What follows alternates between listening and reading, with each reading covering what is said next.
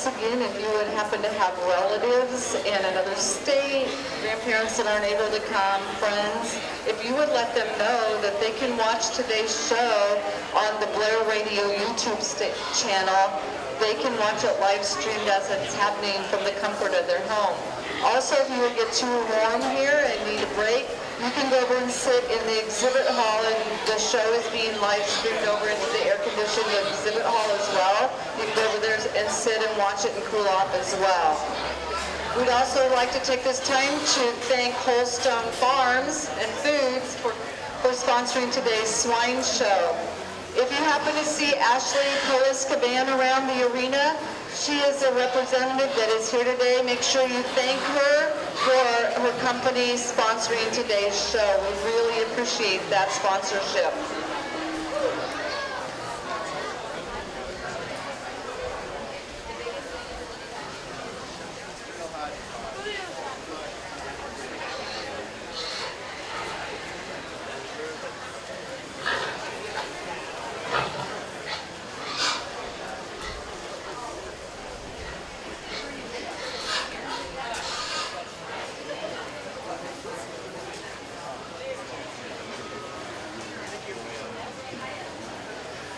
Okay, I'm going to send 3 exhibitors back to the barn. We'll kind of talk with each of them kind of about some things that we could look at, but just some big picture things, having those pigs that want to cooperate and kind of work in tandem with the exhibitor. Sometimes it can be hard. You come to the show, it's a new environment. You think you have everything correct at home, and then all of a sudden you get here and they don't want to cooperate quite as well, and so it can be really frustrating. We've all kind of been there, but unfortunately here today kind of got to sort to the top, and so I think I'm really excited about the 5 that we have coming out. They've done the best job of getting those animals presented and kind of working in tandem with their animals. So we'll get those sorted, and we'll select you a champion intermediate showman.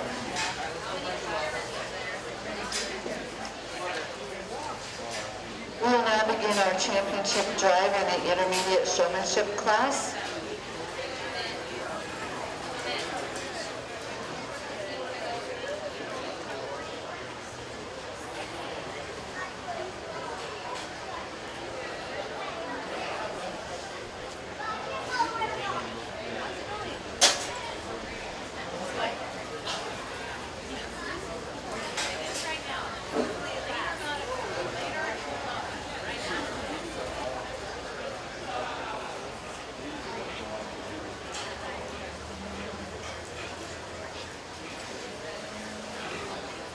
We do have programs up here at the announcer stand for anyone that would like one. They're just here to the north or to the right of the announcer, or south, I'm sorry, on the lower shelf. So if you need a program, that is where you will find one.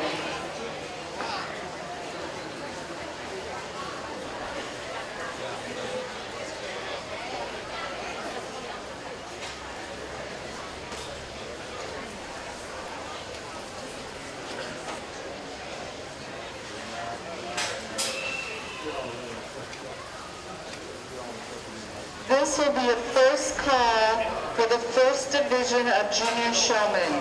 First call, Junior Showmanship, Division 1.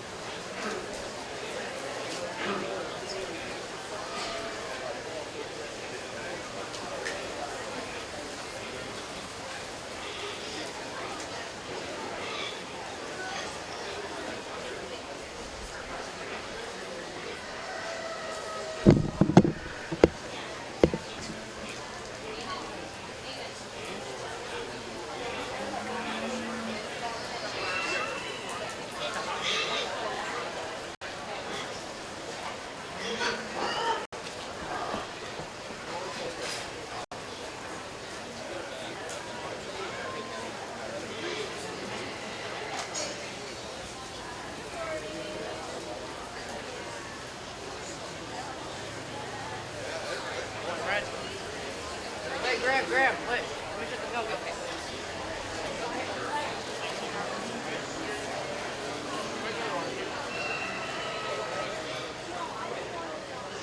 There's a big blue trash can.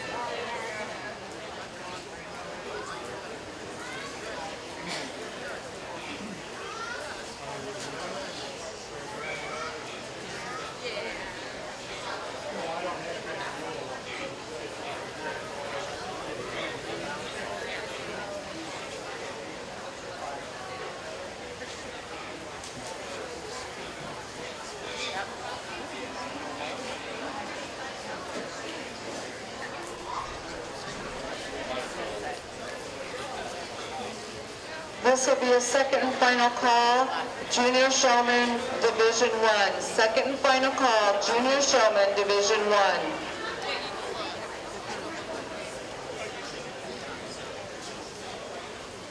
Okay, if we can give this final drive here of intermediate showmen a round of applause. I think they are awfully good.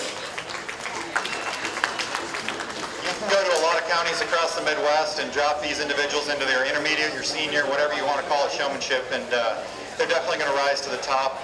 I have a lot of respect for all of these kids and what they're able to do with these animals. They could show a pig for me each and every day. Would have no problem with any of them getting that pig exhibited. And it's really going to come down to some of those smaller details. And as we get to this level, we're starting to talk about just those little things of speed, starting to talk about those little things of, okay, how aggressive do we have to be to get that animal to show correctly?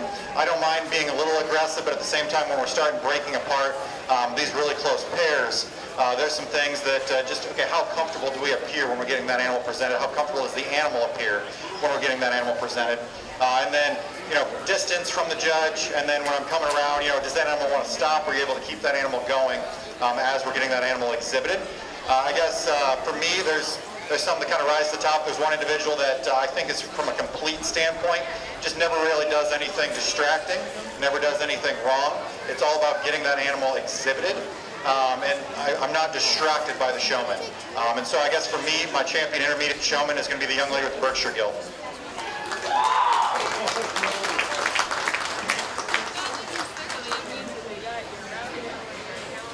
Okay, I think there's another one that fought really hard for that champion spot.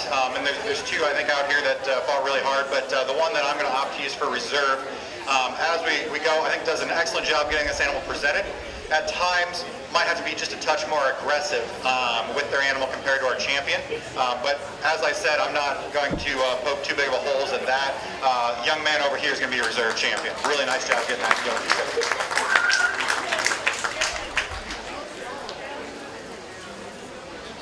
Okay, as we move on to third, and as we go, these pigs are out here getting driven for a while, and it's going to get hot today, so I'm trying not to take too much time, but when you start talking about showmanship drives, these pigs got to be able to go, got to be able to get out there.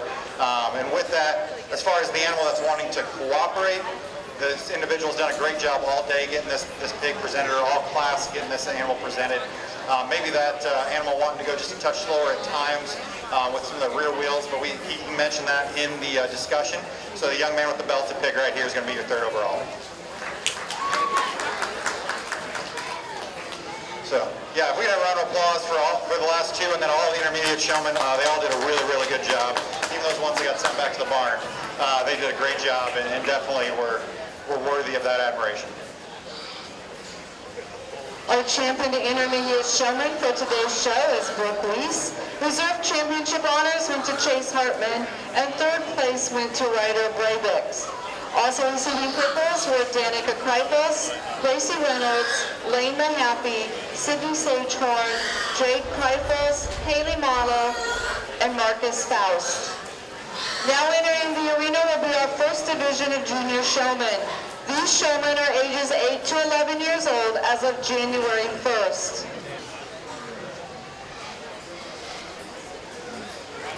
If you receive a champion or reserve champion this year at the show, you will receive a metal plaque to hang in your stall for the duration of the fair. On Sunday, when the fair is over and you're checking out, the extension office is asking for you to take those metal plaques down and return them to their office so that they can be reused again next year. This is something new for the fair this year, and they really add to the barns so that our visitors know which one was the championship animal, etc. So make sure those get hung in the barns, in your stall, and then make sure you return them on Sunday before you leave the fairgrounds.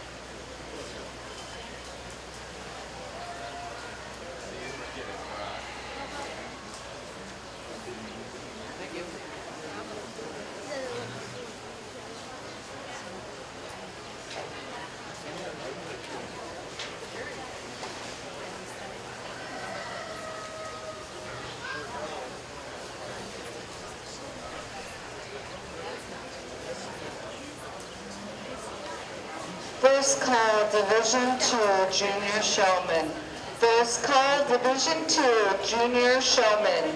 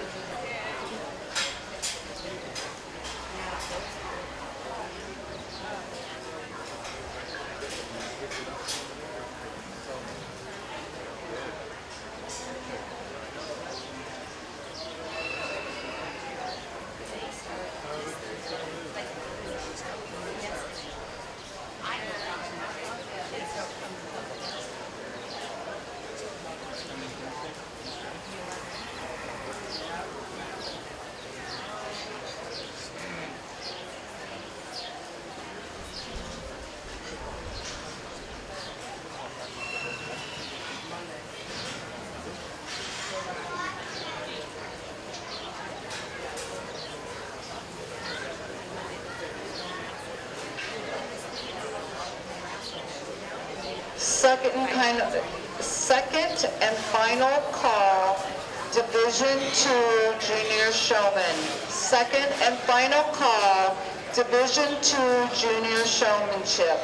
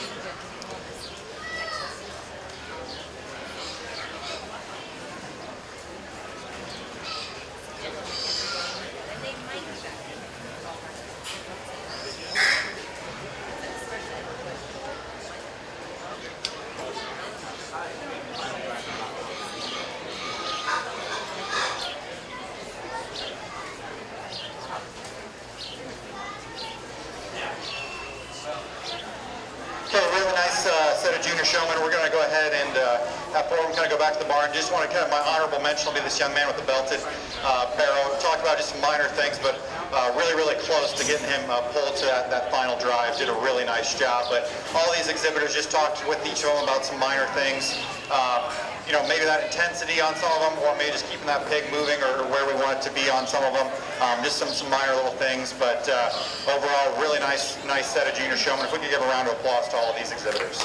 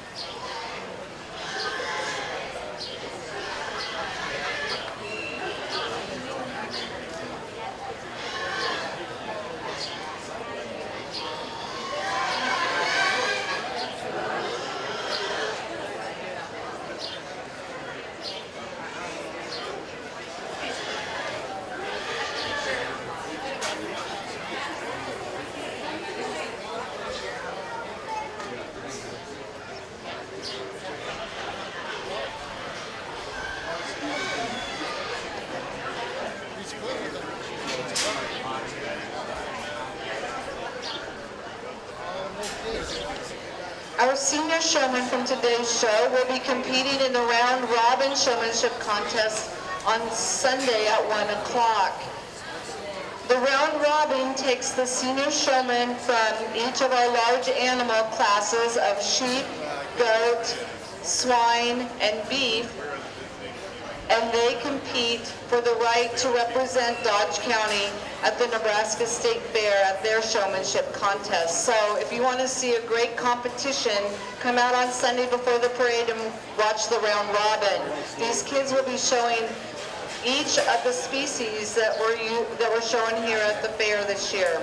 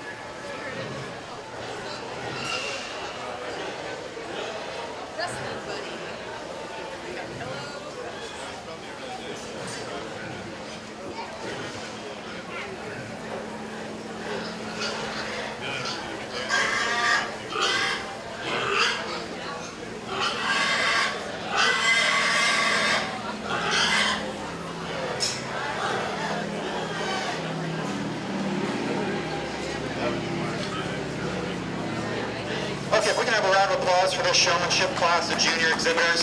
I think they all did a really, really nice job, and went through and talked with a couple of them. They were really close, and I guess my honorable mention, this class would be the young man with the blue belted one. We just talked about some of those little things that separated him versus some of the other ones.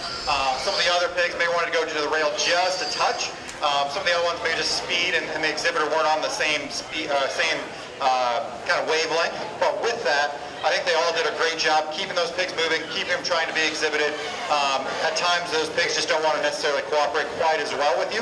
But I think they all did a great job, and they all definitely deserve that round of applause. And now we're definitely looking forward to sorting this champion junior showmanship. If we get a round of applause for these final exhibitors as they come out to exhibit.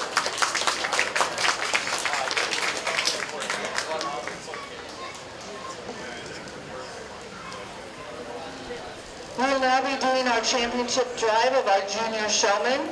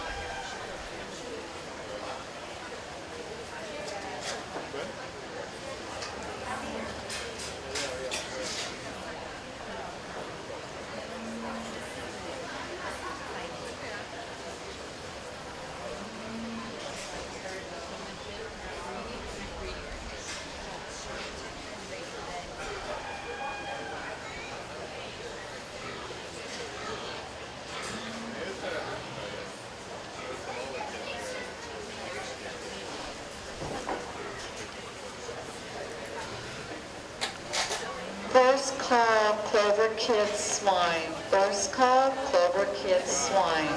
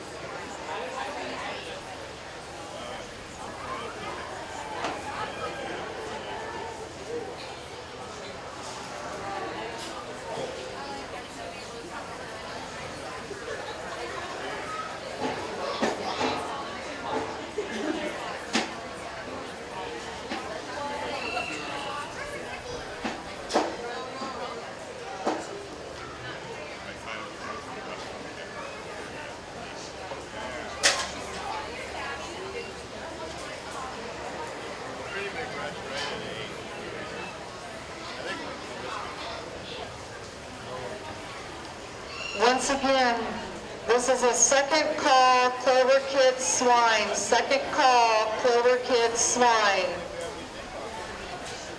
Second call, Clover Kids.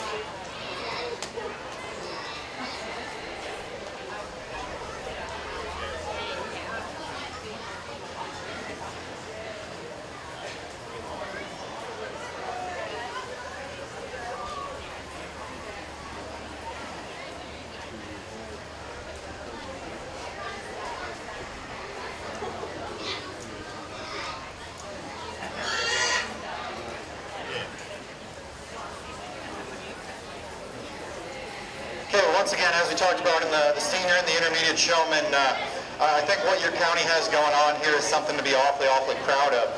This show is very impressive. Looking forward to what the rest of the pigs look like throughout the day, but just looking at the showmen themselves, do a great job getting these pigs exhibited. Makes it really easy on the judge. And hopefully that continues throughout the day as we start getting into some warmer weather. These pigs just keep wanting to cooperate because these exhibitors do a great job from that standpoint. With that, I think there's three that kind of have sorted to the top throughout the first two classes as we come here today. Both as we enter the ring, having that intensity, having that drive, getting that pig exhibited, having that pig want to cooperate and move. And at the same time, we'll do some subtle differences that will really sort the top trio. The exhibitor I'm going to opt to use, I think, from a skin and hair freshness perspective, has this animal just absolutely dialed in. Always stays calm and cool and collected. That animal's just kind of in sync with this exhibitor, and I think it's really close. But the exhibitor that I'm going to opt to use for your champion junior showman will be the young man on the far side with the cowbell. Okay, I said it was really close because there's another exhibitor out here that I would love to show a pig for me any day. And that exhibitor just always is hitting their spots. Just with those little differences assorted, the young man right in front of me is going to be your reserve champion.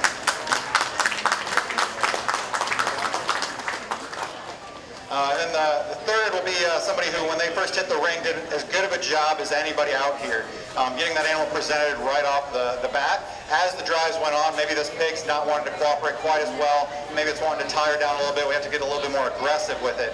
But at the same time, your third overall showman will be this young lady right in front of me.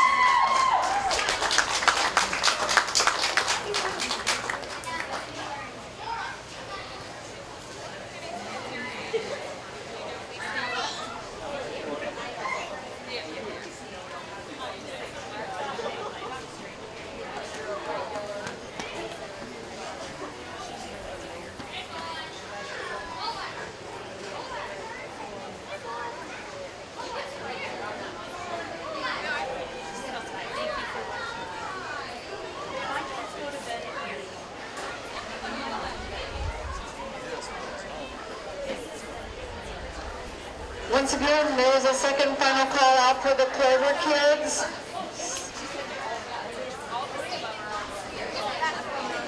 Our champion junior showman today was Jet Mosman. Reserve championship honors went to Owen Gregory, and third place to Gentry Mosman.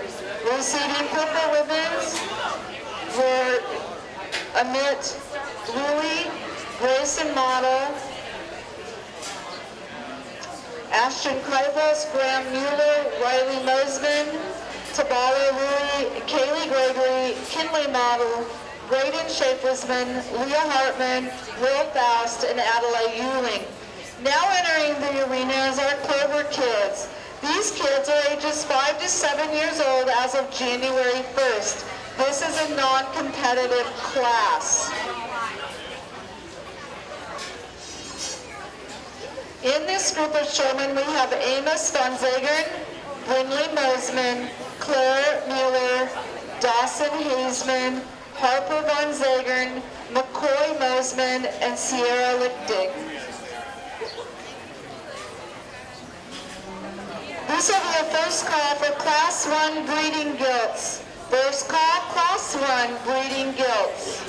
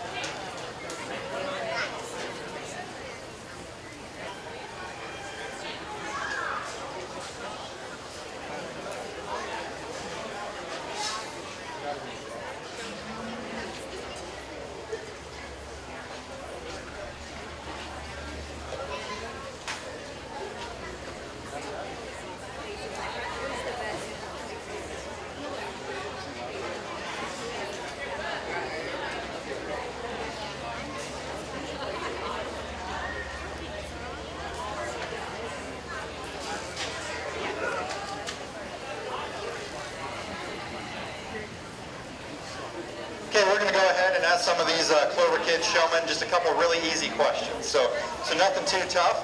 First off, young lady, what's your name? What was that? Rosie. Rosie. What is your favorite animal? Cat. Cats? You don't like pigs the best? I like farm animals because cats can be farm animals. Hey, there we go. Let's give her a nice round of applause.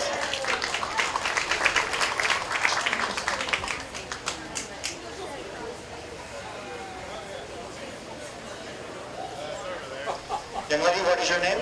Dawson. Dawson, does your guild here have a name? Pinocchio. Pinocchio? It's a good name. Do you have any pets at home? What are their names? Penny. Is Penny a dog, a cat, a cow, or a pig? A dog. A dog? Okay, let's give her a nice round of applause.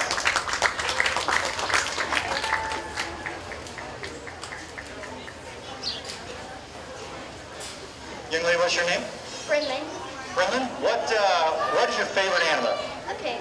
A pig! Hey, let's give her a nice round of applause for that answer. Does your pig have a name? Oreo. Oreo. Hey, I think that fits very, very well. What is your favorite thing to do during the summer? Play with her. Play with her? You bet. Let's give her another nice round of applause. Young lady, what's your name? Claire. Claire. What's your favorite animal?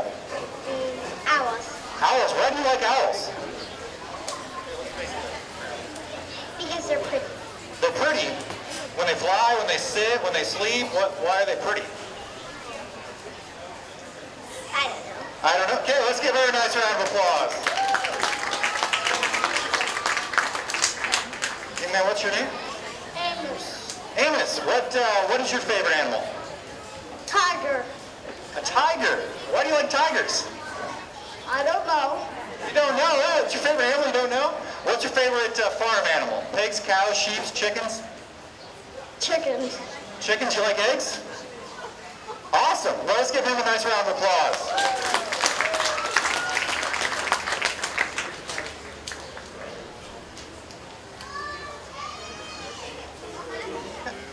Young lady, what's your name? Harper. Harper. What's your favorite thing to do during the summer? Go to the swimming pool. Go to the swimming pool, like hanging out? You have a bunch of friends there? Not most of the time. Most of the time there? What is your favorite farm animal? Pig. Do you have any pets at home? 4 kittens, I have 2 cats, and 1 dog. Wow, that's a regular farmstead there. Well, let's give her a nice round of applause. Okay. Let's give all of these Clover Kid exhibitors a nice round of applause. I think they had a ton of fun. I had a ton of fun out here, and the best part about it was they all were smiling as soon as they hit the rink. So I think we have a bright future ahead in this county for this show. Let's give them a nice round of applause.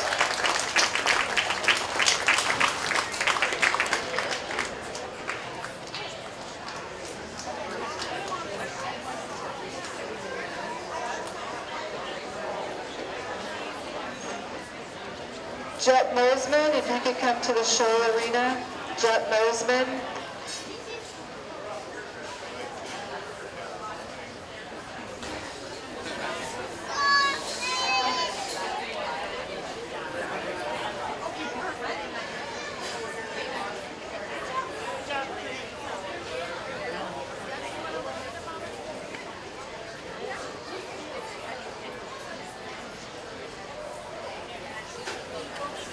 We'll now begin our Breeding Guilds show.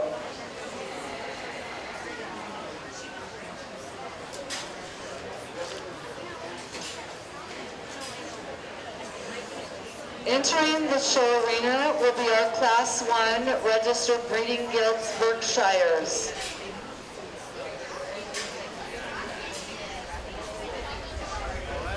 This is a first call for Class 2.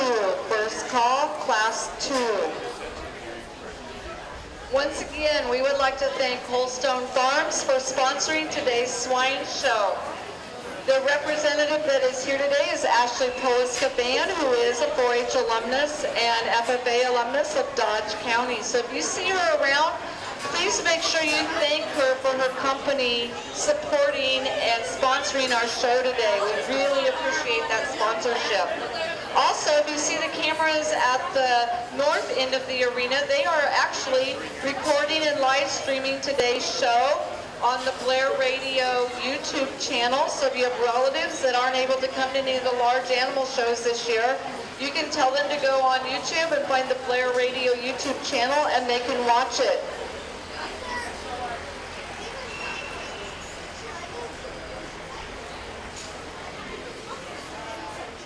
Beginning at 9:30 is our small animal show.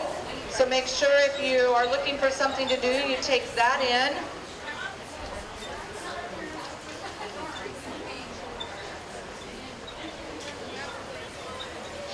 Also this afternoon is our livestock judging contest. Make sure you check into the office between 12 and 1:30 to get signed up. The livestock judging contest will take place here in the show arena beginning at 2 p.m. The dog show is also taking place today at 1 p.m. Currently in the arena we have our Class 1 registered Berkshires. This is going to be the second and final call for Class 2. Second and final call, Class 2.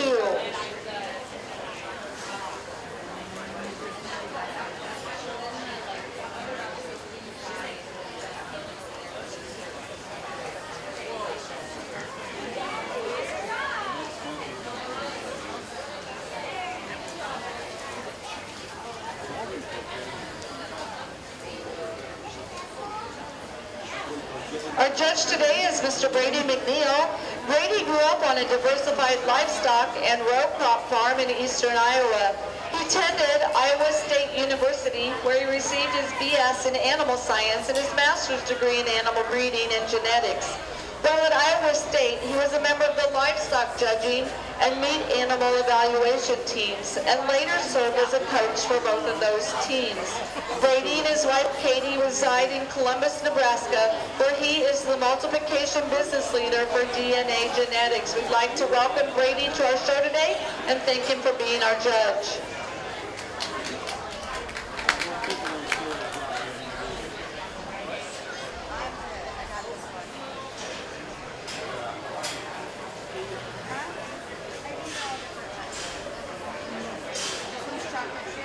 Once again, we have a second and final call out for that Class 2.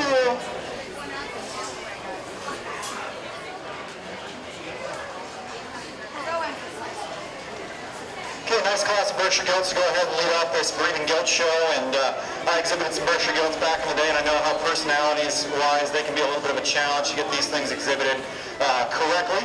I really commend these exhibitors for getting these things stuck in drove as well as they have. With that, I think there's one that rises to the top pretty quickly in my mind. Is just kind of the combination female. Where this one sorts from the one in second is when this one drives right at you and it drives right away from you. It is the widest and squarest to the ground. From the top side of that one's blade to its foot, it's squared when it comes right at you. It goes true to the ground. It leaves you with that same view. I trust the amount of just true muscle and product that one has working inside of it, like the maternal swoop that one has to its underline. That gives you a nice view on the profile. I think a really nice place to go ahead and start. Is it just the cleanest fronted one? No. But at the same time, I think that's getting awfully picky on that one. The young lady that's going to come in second is just a little bit cleaner up there through the front 1/3. Like the top side power, this one has working down its top, maternal in its condition, but at the same time, I think that condition's starting to work to its detriment. When this one drives at me and leaves me, I get a little bit more questioning of how much just true power is working inside of that one. That one turns to go, that one just needs a little lower hip and stifle to compete with the one directly in front of it. But at the same time, foot size, bone, heaviness of structure, and look on the profile is what's going to sort that one over the one in third. The one in third, I thought this was a really close pair between second and third. This one has that more just true width that we're after. And I don't like to talk about just true width and power and a lot of breeding females, but at the same time, the Berkshire breed for that breed, we got to talk about some width and some true muscle shape, because that's where that breed can have a little bit of an issue. And I think that one does really, really well for this particular breed. I like the rib cage as far as just shape that one has. At the same time, I'd like to drop that one's lower flank into her just a little bit more. And then from her top line perspective, that one wants to roach up in its top line a little bit more than what we'd like to see. Pinch its ham loin junction, and then we give that one just a touch more foot size. But really, really nice female that I think has some potential, when made correctly, to produce a really nice offspring. Young ladies, that's going to end up in fourth. Here's one that just reads immature. This is just the lighter weight, more immature one. At the same time, I think on the profile, it gives you a really good view. Really like the stoutness of skull this one possesses at this stage of the game, and still feminine and refined up front.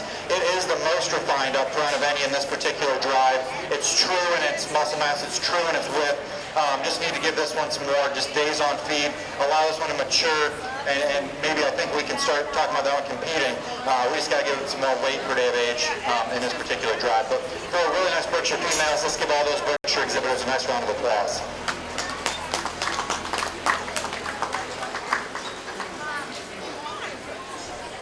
Top purple went to Brooke Luce. Second purple went to get Gracie Reynolds. Also receiving a purple ribbon was Hallie Model, and receiving a blue was Kinley Model.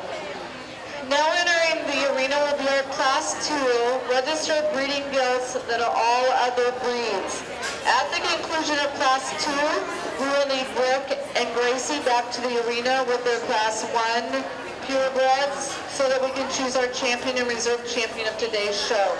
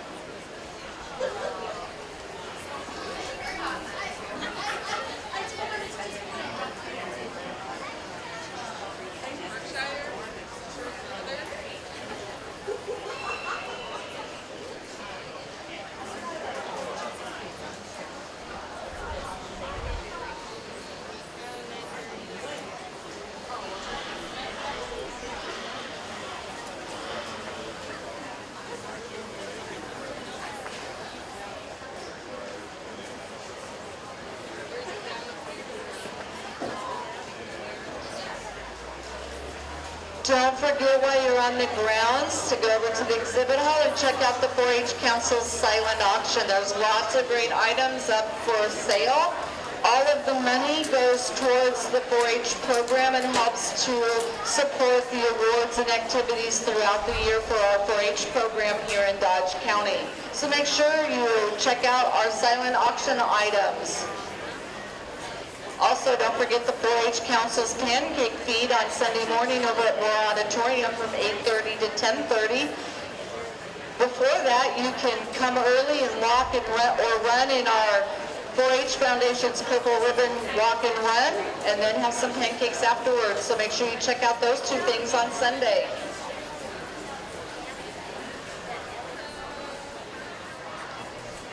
All the money the 4-H Foundation raises goes towards improvements here on the fairgrounds.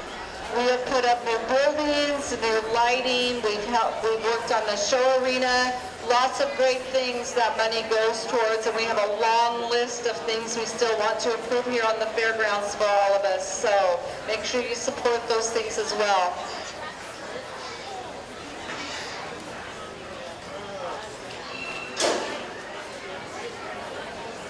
Okay, I think there's two out here that definitely are in contention here to go ahead and lead off this particular drive, and just talking about each of them as individuals, and that'd be the spot and the Yorkshire in the middle. So the spot, as that one drives out here, wide, square, and true from the top of that one's blade all the way back, like the top shape that this one has, the top side of its blade blends it neatly back to that one's hip.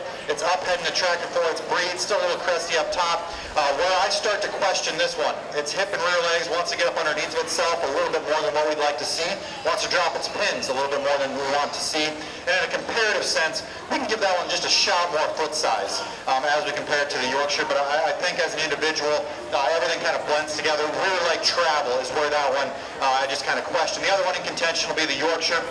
Obviously big, burly, it has the extra foot size, it has the extra structure, it has the depth of body, flank. Is its rib cage just as bold and pulled apart? No, but I like its up-headed, attractive look that it's got up front. From the side, just paints a really nice picture. Where you start to question this one, when it drives right at you and when it drives away, it narrows up at the ground quite a bit more than what we'd like to see. But at the same time, I think that one, when you look from the side, there's some unique pieces there. And so you kind of got one that's a little bit better coming and going. As far as just square and true to the ground, you got one that's a little burlier and a little better from the side. But I still think total pieces, I like the Yorkshire to go ahead and win this particular class. The spot will be second. Two really nice pigs to go ahead and lead off this drive. As we go into third, the young lady's Yorkshire there in the middle, and here's one that just kind of gets out-horsed at times. The foot size that this one possesses at this stage of the game, the shape that one has in the middle portion of that back, square and true all the way down. Where I start to question this one, top side of that one's blade does not blend quite as neatly at times as you start traveling from the top of that loin all the way up into the top of that one's pole. And then when that one travels away, rear left hock wants to throw out just a little bit more than what we would want to see. Just doesn't give you that nice smooth look, but when you look on the profile, its hip still stays level, its tail head still stays elevated. And then we can just give that one a shot more body. Rib cage and flank, just drop that, give it a little bit more maternal look out here today. The young man with the Duroc will end up in fourth. This one has the product, has a rib cage. Really like the cage that one has working inside of it. How that one blends from that one's blade into its forerib. Travels back, level out through that one's hip, but at the same time, when this one gets on the move, rear leg wants to get up underneath of itself, or wants to roach its top line a little bit more than what we'd like to see. And part of the reason for that, we just got to redesign that one from a hock perspective. Square up and give those hocks a little bit more flex. And then we can definitely talk about that one moving up. Young lady with the Chester, Gilt here coming out in fifth, and nothing against the Chester female. Definitely appreciate that breed as well. This one as an individual, really like when that one drives right at you, how square that one comes at you. When this one is on the side profile, it's able to get out and go. At the same time, a little bit plainer up front, not quite as soft for that one's flank, not quite as comfortable right there on that one's rear leg travel. But a really nice class. Looking forward to sorting the champion purebred breeding guild here as we come back out. Let's give those exhibitors a nice round of applause. First call, class 3. First call, class 3. In class 2, top purple went to Chase Hartman, second purple to Lane Mahaffey. Preceding blue ribbons were Hallie Model, Lane Mahaffey, and Brooklyn Reynolds. We are now choosing our champion, reserve champion, registered breeding guild for today's show.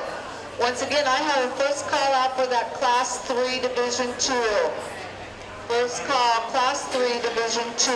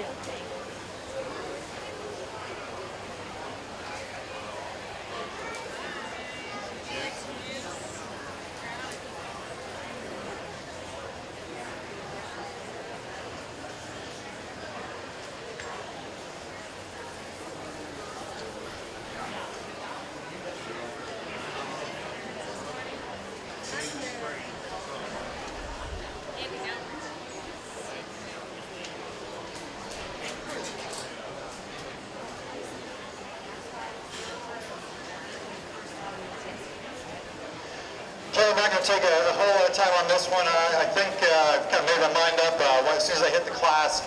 There's one that I like a great deal, and we talk breed for breed, it doesn't matter. This one's a good one as far as just being complete. Is this one just an outlier in any one area? No, I don't think so. It's not the heaviest structured one out here. It's not the best looking one out here. It's not the most pulled apart one out here, but at the same time, it's really good in every single one of those areas. It doesn't have a big fault. Would we like to maybe just smooth it out in its ham-on junction ever so slightly? Yeah, but the Berkshire will be your champion purebred breeding gilt.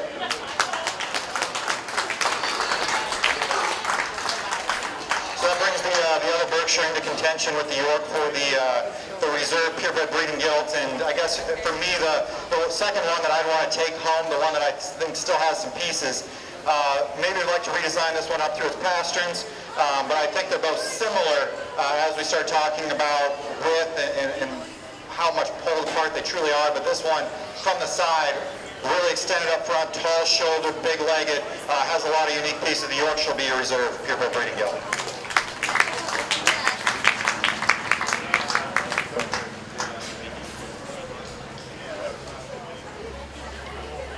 Our champion registered breeding gilt was shown by Brooke Reese. Reserve champion registered breeding gilt honors went to Chase Hartman. Now entering the arena will be Class 3 crossbred breeding gilts. These gilts weigh from 135 to 215 pounds. This will be a first call for Class 4 Division 2. First call, Class 4 Division 2. Entering the arena is our Class 3, Division 2 crossbred breeding gilts.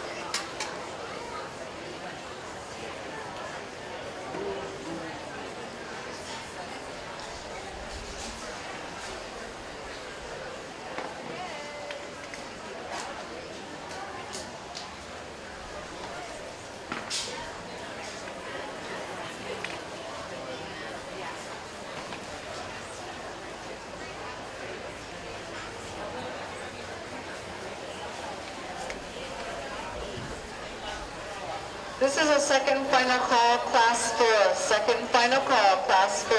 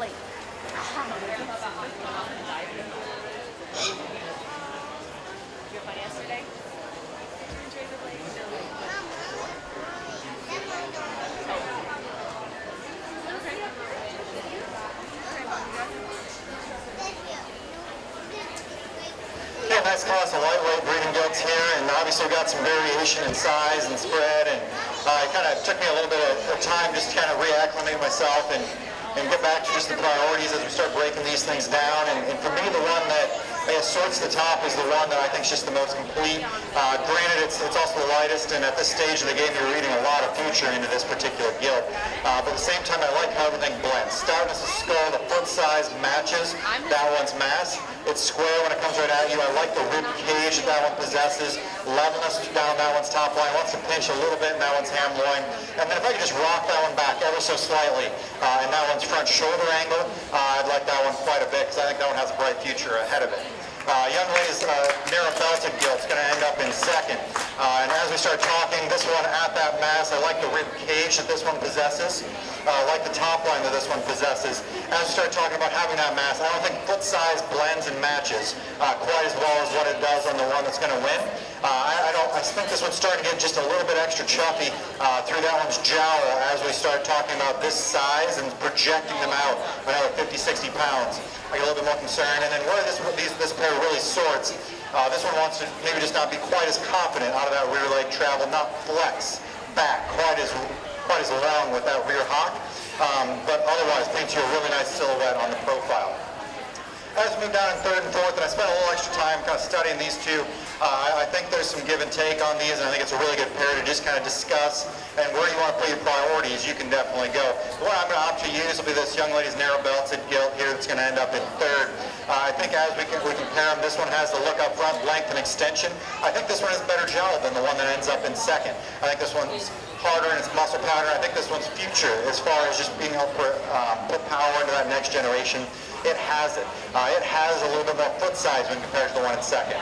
Where this one sorts down into third for me is we got to redesign this one on its front pasterns, and then its rear leg travel. It's wanting to get just a touch more uncoordinated, get up underneath of itself, but really like the rib cage, really like the topside shape that one possesses.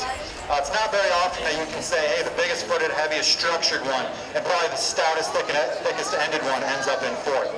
Really like that about this one. It has a lot of value. As this one just starts to get out and go, its rear leg becomes a touch more uncoordinated for me. It wants to throw those rear legs more than what I would like to see. It doesn't want to just relax and allow itself to be presented. But at the same time, I think there's some really unique breeding pieces within that particular female. So 4 really nice ones that are going to end up in this particular class. Let's give these exhibitors a nice round of applause.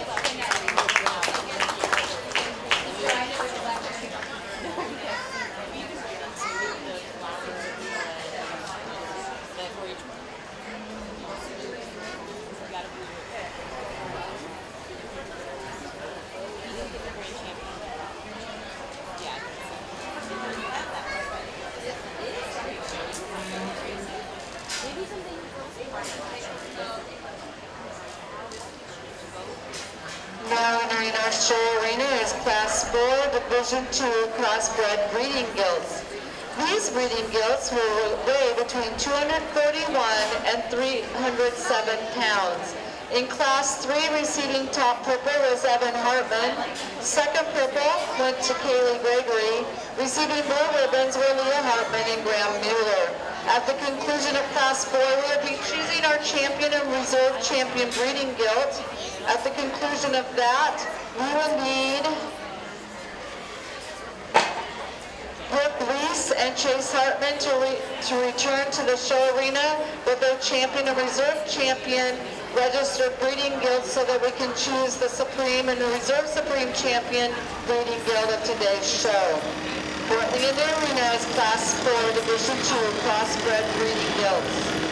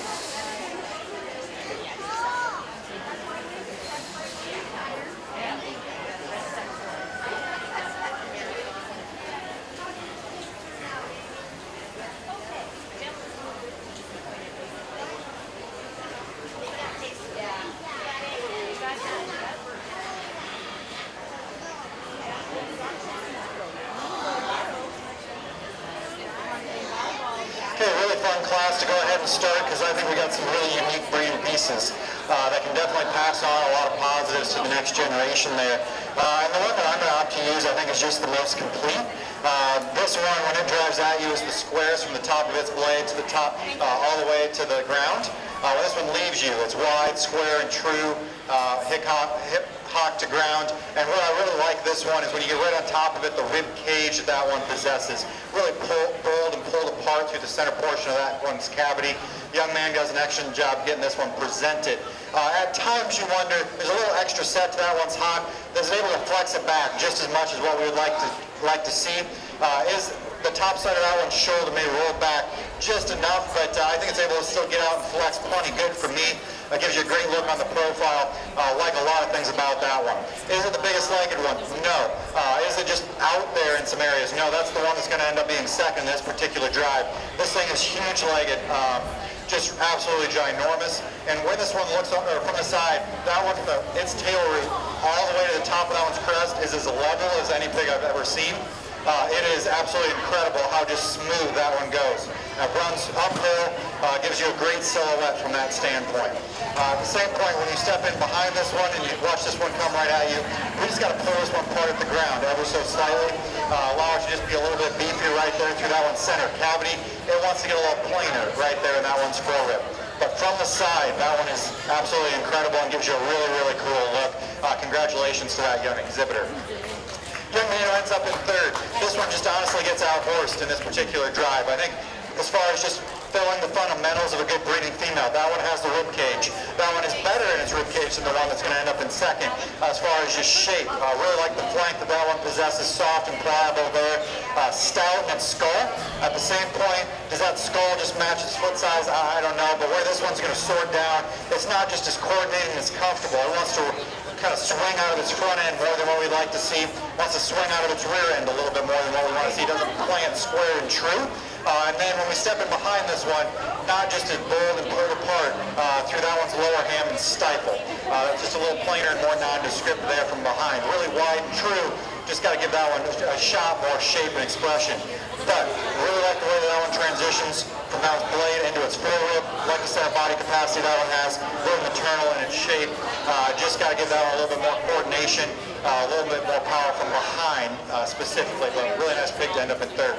Young man, that's about one that's absolutely maxed out. Done a really nice job getting this one fed, brought to the show. That was really bold at the top side of that one's skeleton.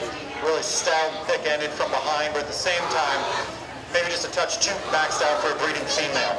This one, when it drives right at you, is a little too closed up underneath and wants to swing outside of itself more than what we'd like to see from behind. Just not as confident and coordinated on that rear skeleton. But at the same time, how wide that one's chest floor is really impressive. How pulled apart that one is, the top side of its blade is really impressive. For a breeding female, we just got to get that one to get out and go a touch better. But really nice gilts to end up in this particular drive. Let's give these exhibitors a nice round of applause.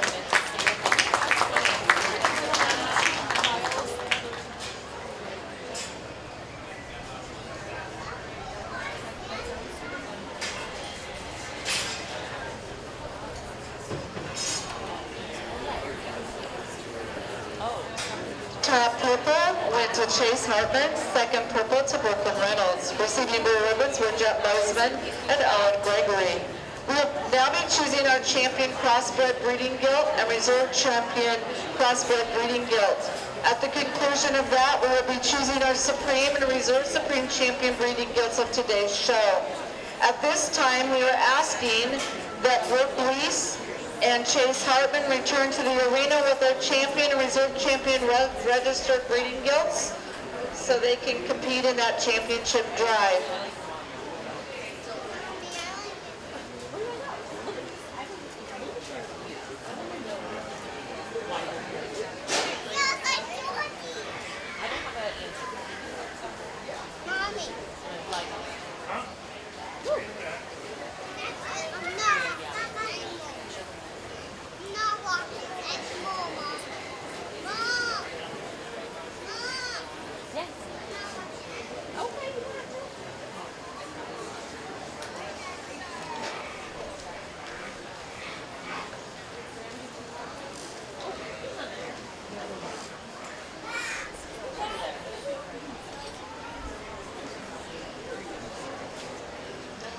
My hats off to all these exhibitors who made it to the final drive here in the commercial breeding gilt show. I think there's a lot of competition. Granted, small number of classes, but at the same time, those classes had a lot of quality in them. And so the fact that they were able to make it out into this final drive, I think is awfully impressive and a testament to these exhibitors. Let's give these guys a nice round of applause for making it into the champion breeding gilt drive here at the county fair. With that being said, I think there's one that somebody who likes them complete. I like the totals and then max them out as much as we can. I think there's one that wins this show fairly easily for me, and that'll be the young man's heavyweight gilt. That's an awfully nice one to go ahead and win this particular show. Then I think it gets a touch closer, and it all depends on how much future do you want to read into that little gilt. That one's still got a lot of gas left in the tank. It's got a lot of miles to get put on yet. And the question is, where's that one's shoulder going to end up long term? Where's that one's hip Going to end up long term. That ham horn's just a little bit tighter right there. I think that one has the pieces to get there, but at the same time, there's one that is awfully impressive and is awfully unique for what that one's able to bring to that next generation. And I'd be really excited if I had the opportunity to go ahead and try to come up with some mating scenarios for this one. So the one that I like second best to be this young lady's right in front of me for reserve.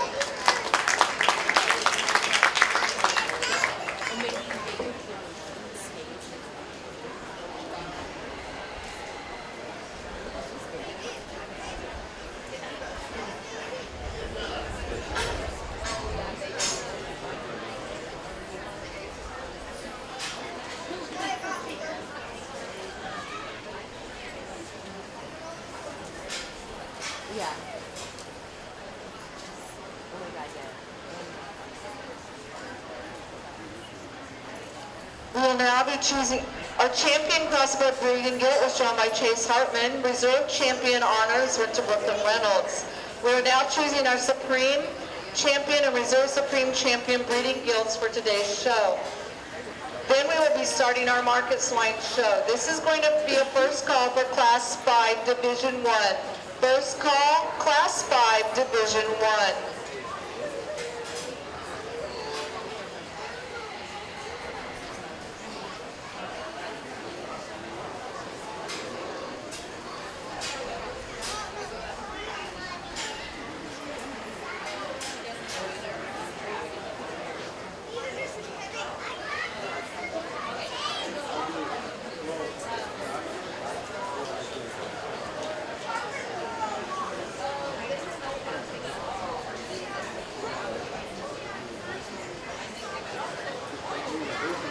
I think they went over to the exhibit. Watch the track there.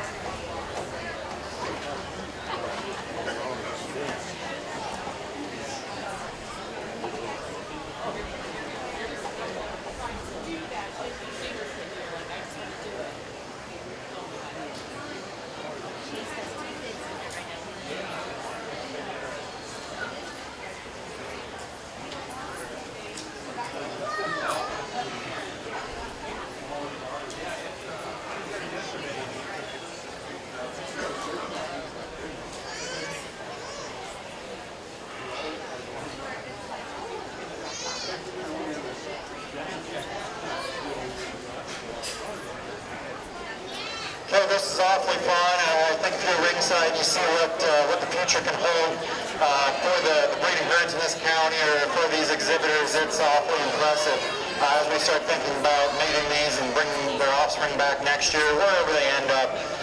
But at the same time, just breaking these hogs down and kind of sticking to fundamentals of what a good breeding female should be able to do. There's one that I get awfully excited about, mating versatility.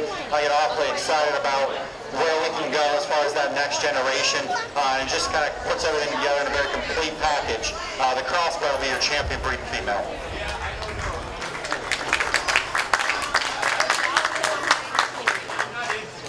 Then I think it gets really, really close, and I think it all depends on where you want to put your priorities. Do you want to put it on one that's just a little bit more out there in some areas, but maybe has a few more holes, or do you want to go with the one that's a touch more complete and is awfully good for its breed? The one that I'm going to opt to use with the breeding female is the one that I don't think has very many holes, and I think offers a lot of mating versatility within their specific breed, and I'd be awfully intrigued to start talking about the next generation with this particular gilt.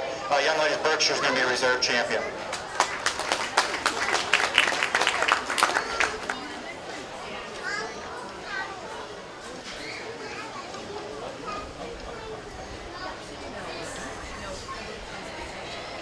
Our Supreme Champion Breeding Gilt was shown by Chase Hartman. Reserve Supreme Champion Breeding Gilt is shown by Brooke Weiss. This is a second and final call for Class 5 Market Swine. Second and final call, Class 5 Market Swine.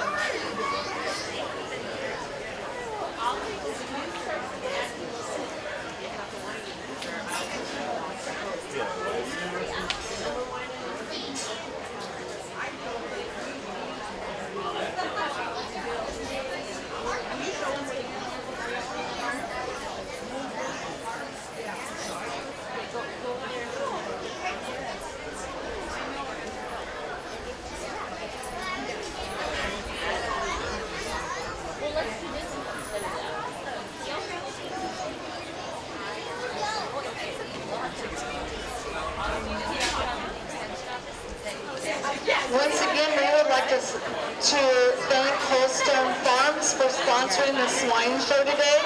If you see anyone that's connected with Holstone Farms, make sure you thank them for sponsoring our show today. We do have Ashley Killis-Caban here as their sponsor, as their representative. So if you see Ashley, please thank her as well for being here today. But we really appreciate their sponsorship and their support for today's show.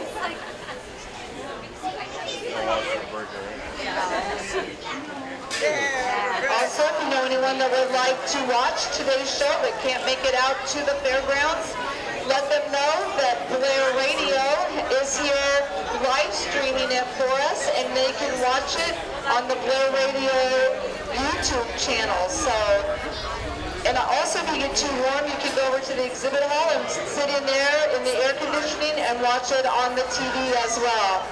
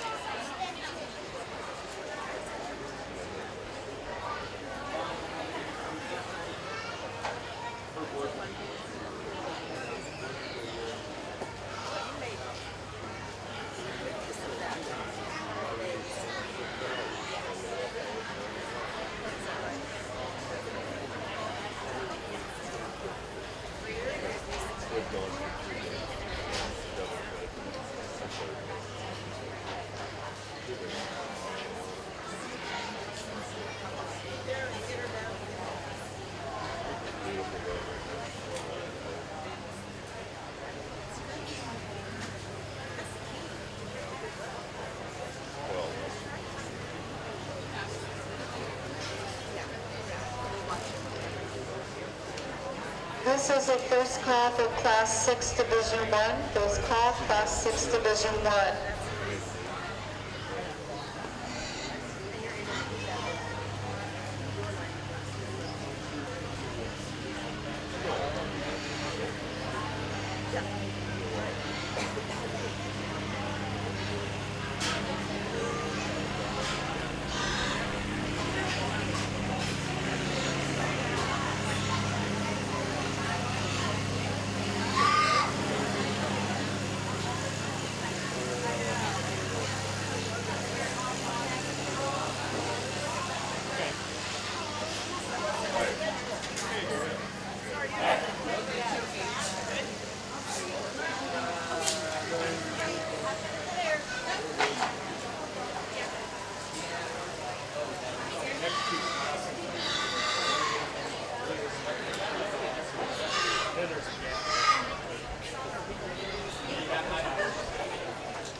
Second and final call, Class 6. Second and final call, Class 6.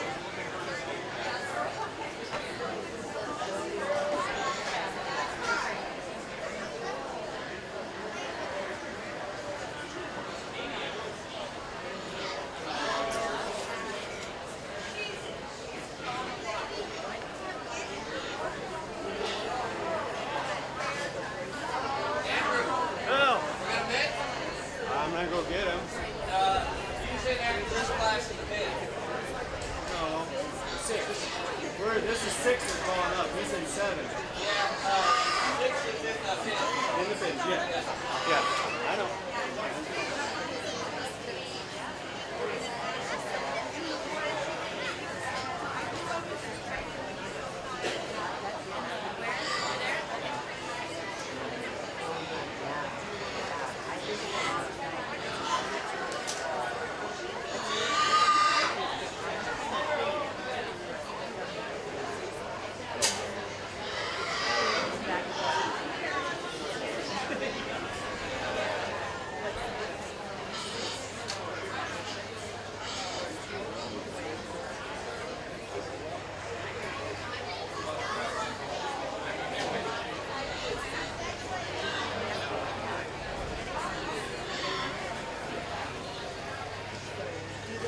Challenging class as we started looking at some of these lightweights because they all have a call that you have to make. And depending on what you decide on that specific call, you can take them all the way from first to fifth. And so depending on where you want to put your priorities and where you want to draw your lines, every single one of these can move up and down. But the pig that I'm going to opt to use is the one when this one first hit the ring. I'll be real honest, this one maybe just didn't give me the best view. That'll be this young man's right here with the gilt in front of me. Because that one wants to narrow up at the ground ever so slightly when that one drives right at you, and I kind of thought, okay, maybe that one doesn't have enough.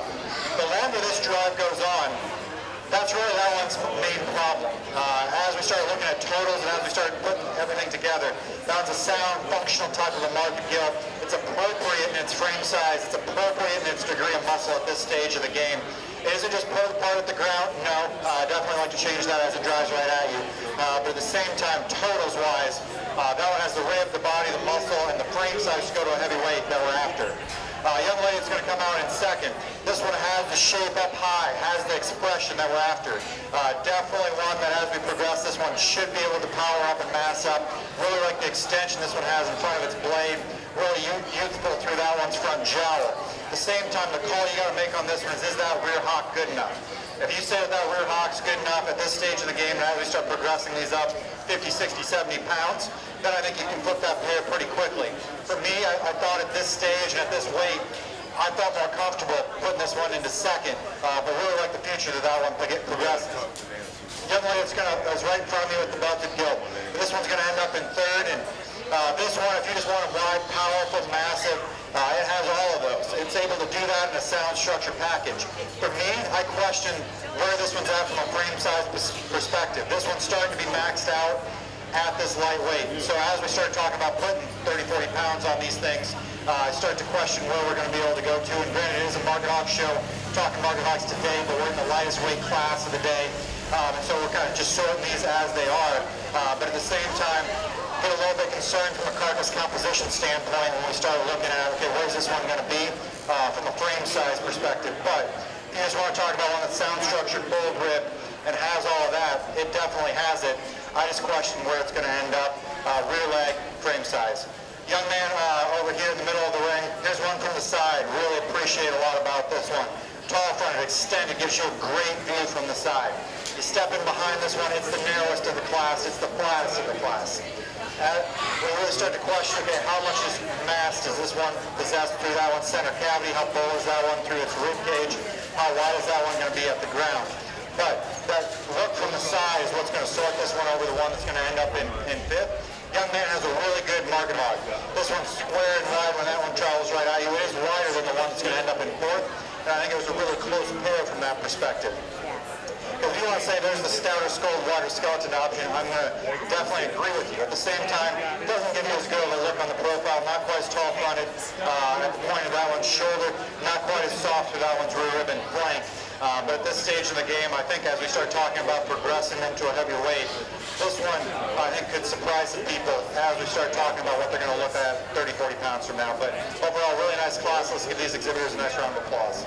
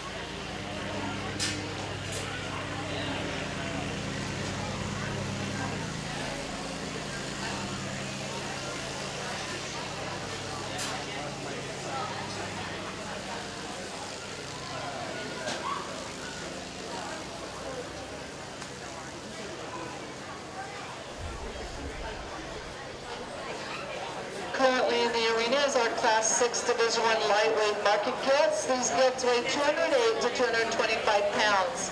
First call, Class 7. First call, Class 7. At the conclusion of Class 7, we will be choosing our champion and reserve champion market gilt for Division I.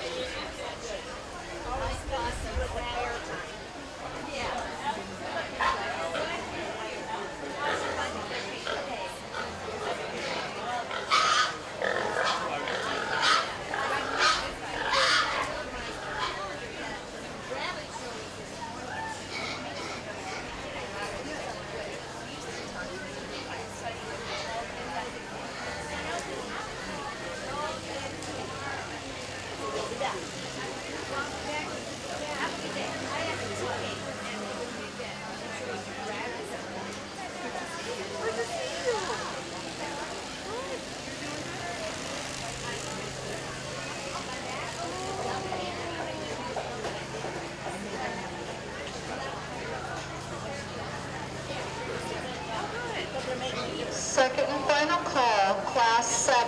Second and final call, Class 7.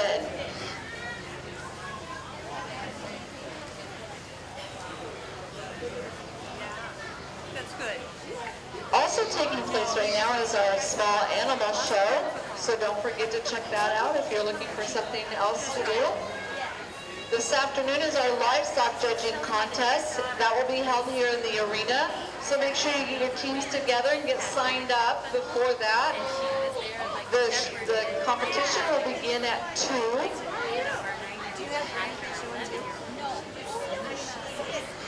The dog show is also taking place today over in Moore Auditorium.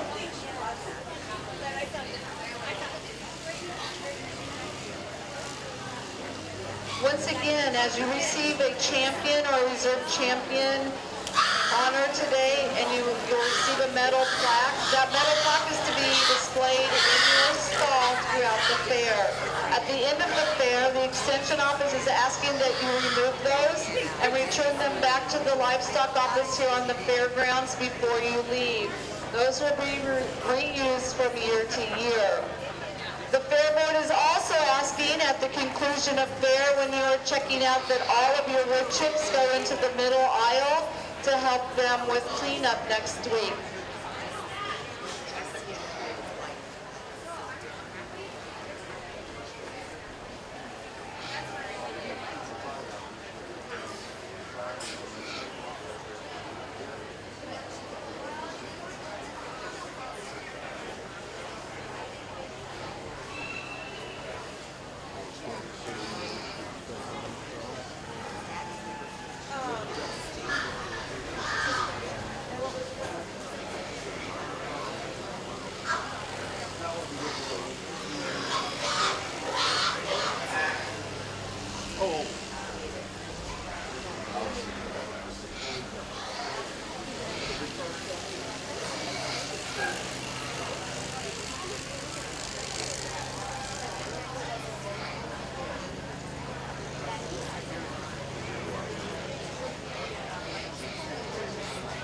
I apologize for taking just a touch more time on those particular classes, because kind of like the last one, it's all in where you want to put your priorities, where you want to draw your lines. I think these top trio, you could go through all 3 different ways with this top trio, and that's kind of the 3 that are right here in front of me.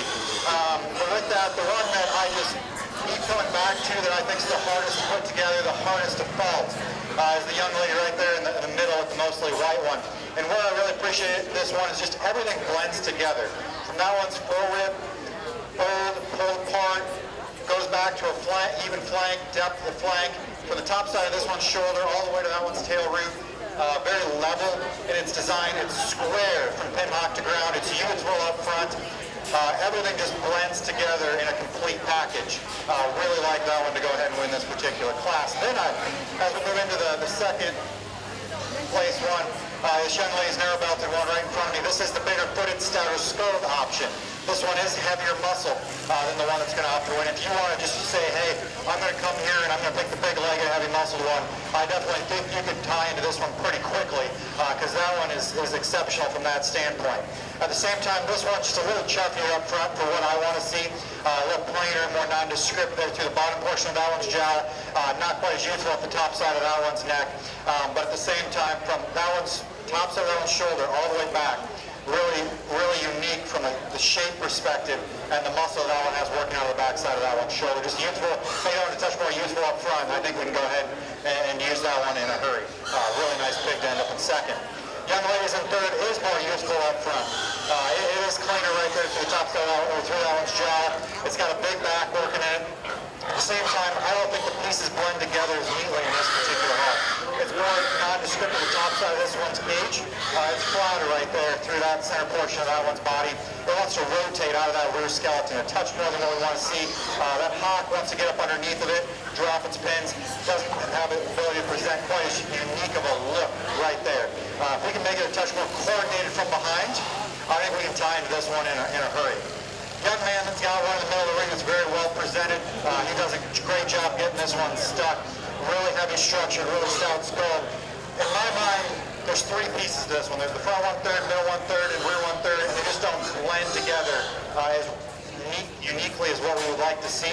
Really bold and poured apart to that one's chest. Then we go from that full rib to that, or when we go from that one's shoulder to that one's rib, and we go from the top side of that one's blade to that one's top line. That loin does not tie quite as uniquely into that one's blade shape. And then as we go back on that top line, it wants to roach up ever so slightly and doesn't transition as neatly right there into that hamline junction. If we can kind of smooth out those transition points, I think we can tie into that one awfully quick. Young lady's belted one's going to come out next. A lot of shape, a lot of product working in this one, really heavy structured. This one just doesn't quite have that rib and body, that softness that we're after. I think lean cutout is definitely this one's favor.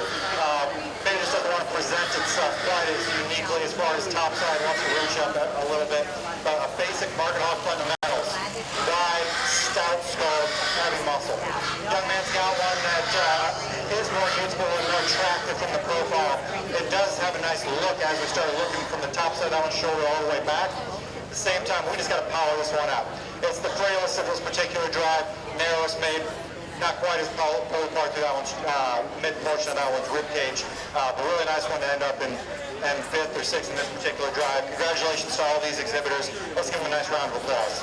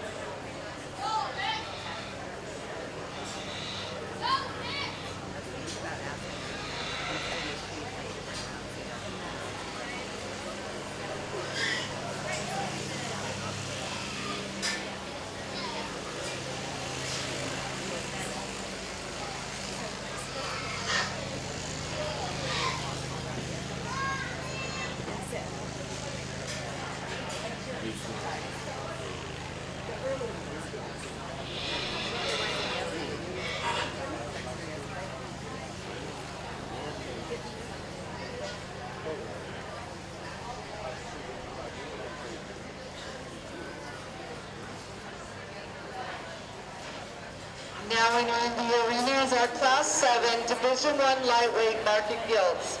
These gilts weigh 229 to 237 pounds. In Class 6, receiving top purple was Gentry Mosman. Second purple went to Riley Mosman. Also receiving a purple ribbon was Leah Hartman. Receiving blue ribbons were Hunter Weiss, Jet Mosman, and Kinley Model. There has been some money turned in up here at the announcer's stand. If you have lost some money and can tell us how much it was, we will give it back to you. So if you're missing some money, we have it up here at the announcer's stand.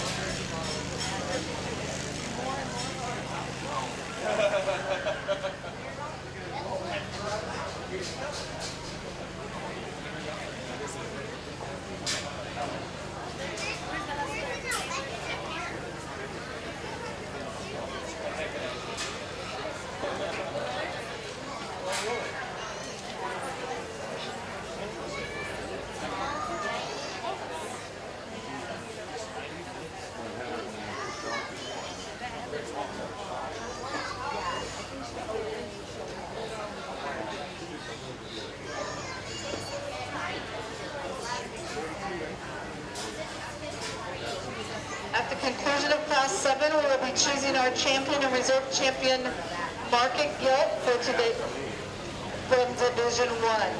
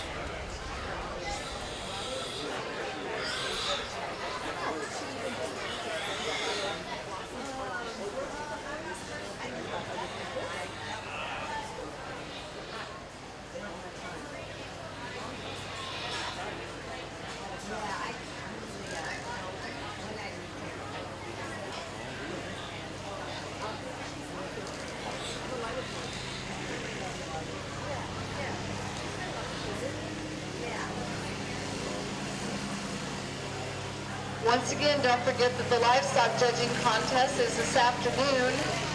You may sign up in the office here on the grounds, get your team together, and then the competition will begin at 2 here in the arena.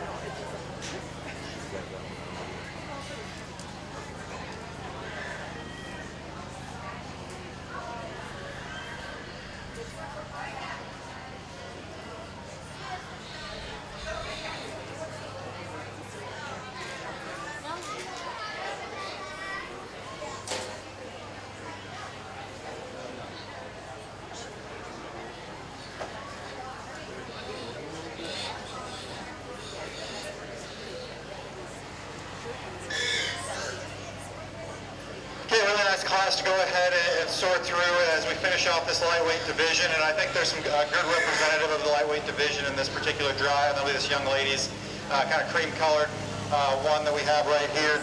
This is one from the profile I really like a lot about this one. Tall fronted, extended, level down that one's top line. Everything just blends together. Rib cage, underline. The question on this one is that rear hock just good enough? And I think in this particular class it is. We'll see what it looks like as we bring them back out for that lightweight division. But stout skulled, heavy structured, good in its muscle pattern, tall fronted, really nice pig to end up winning this particular drive. Young lady's narrow belted one in the middle portion of this one's ring is really wide. It's square. It's pulled apart as it drives right at you. It is more youthful fronted up there up front, and I like it. This stage in the game wants to be a little bit more youthful from that regard. Ton of muscle and product working this one. It wants to wrinkle up and rotate out of its ham-run junction more than what we would want to see. It wants to step outside of itself. And it just doesn't blend together from where that rib cage is to how much stoutness and power it has from behind. It doesn't blend quite as uniquely from that standpoint. Have the wide belted one on the far side of the ring, and here's just your meat and potatoes power hog. A lot of muscle, a lot of product working in that particular gilt. As we get right on top of it, you can see the bulge as it comes out of the backside of that one's shoulder blade. A ton of muscle working down that one's top. Stout, thick-ended. Drives right at you, wants to narrow up ever so slightly. And really where this one sorts into third, you need to redesign design it from a structure perspective. Push that front shoulder back a little bit and allow it to get out of its rear end a little bit more uniquely. And I think we can move that one up a little bit because it's really bold ribbed, really heavy muscle. Structure is what's going to sort that one into third. Gentlemen, we got a nice black, all black yield to end up in fourth. Got a lot of shape working down the top side of this one. Skeleton, stout, and heavy muscle from behind. I think this one has a little bit more future as we start talking about than the one that's going to end up in third. This one is sounder structured than the one that ends up in third. It's able to get out of its rear end more appropriately. As we just start talking about power, though, it's going to sort down to fourth. A really nice one to end up in fourth for that exhibitor. The one that we're going to round out the class with, a lot of shape, a lot of product, rib cage, full rib to flank. We just got to redesign. That one just was a little too dry and too harsh there through the rib portion of that one's skeleton. And so that's why we sorted that one down into fifth. But a really nice class of lightweight gilts. Let's give all those exhibitors a nice round of applause.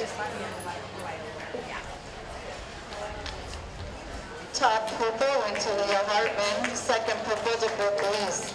Receiving blue ribbons were Jake Kreifels, Amit Rui, and Adelaide Ewing. We will now be choosing our champion and reserve champion gilts from Division 1. This will be a first call for Class 8 Division 2. First call, Class 8 Division 2.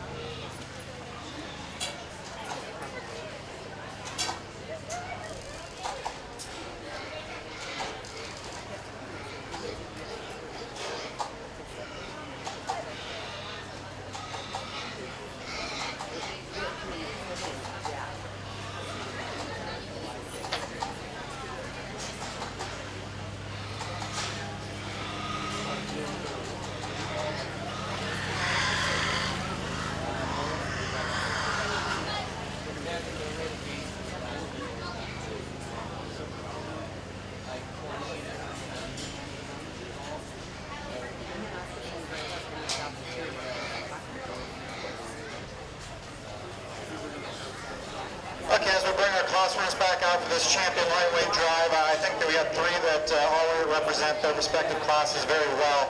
They all cover the basics of market hog fundamentals extremely well, and then it just comes down to kind of where do you want to put your preference in, and where do you want to go ahead and say, hey, this is what I want our market hogs to look like today. In my mind, I think there's one, as this one drives at you, they're all square, but this one is the most important part of the top side of that one's rib cage. Everything blends together very uniquely in this one. I think they all have some differences as far as travel, whether it be front leg or rear leg travel. I think this one stays square, coming and going as good as any of them. And I really like the center body and how everything blends together in this one. Young lady, black-headed one will be your champion lightweight.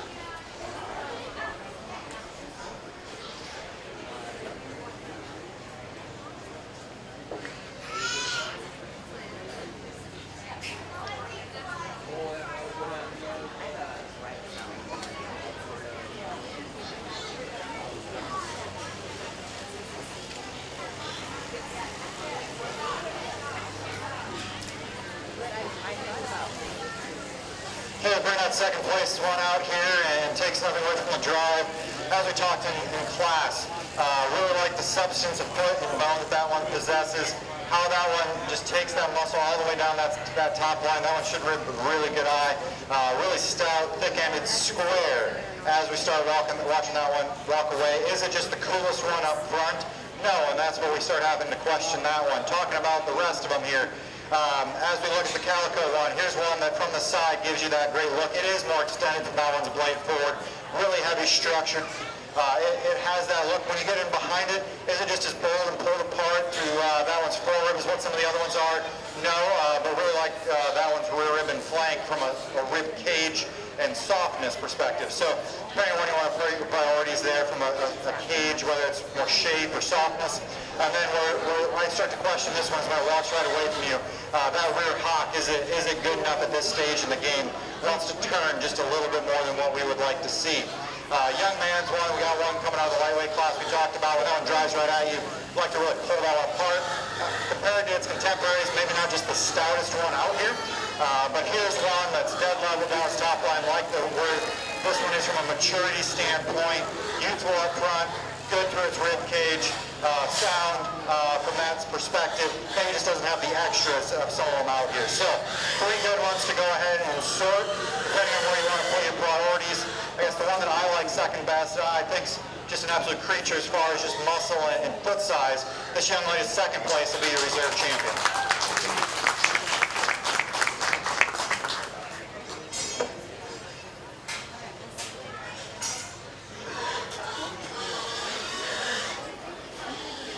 Our champion Market Gill from Division 1 was shown by Gentry Mosman. Reserve champion Market Gill honors went to Riley Mosman.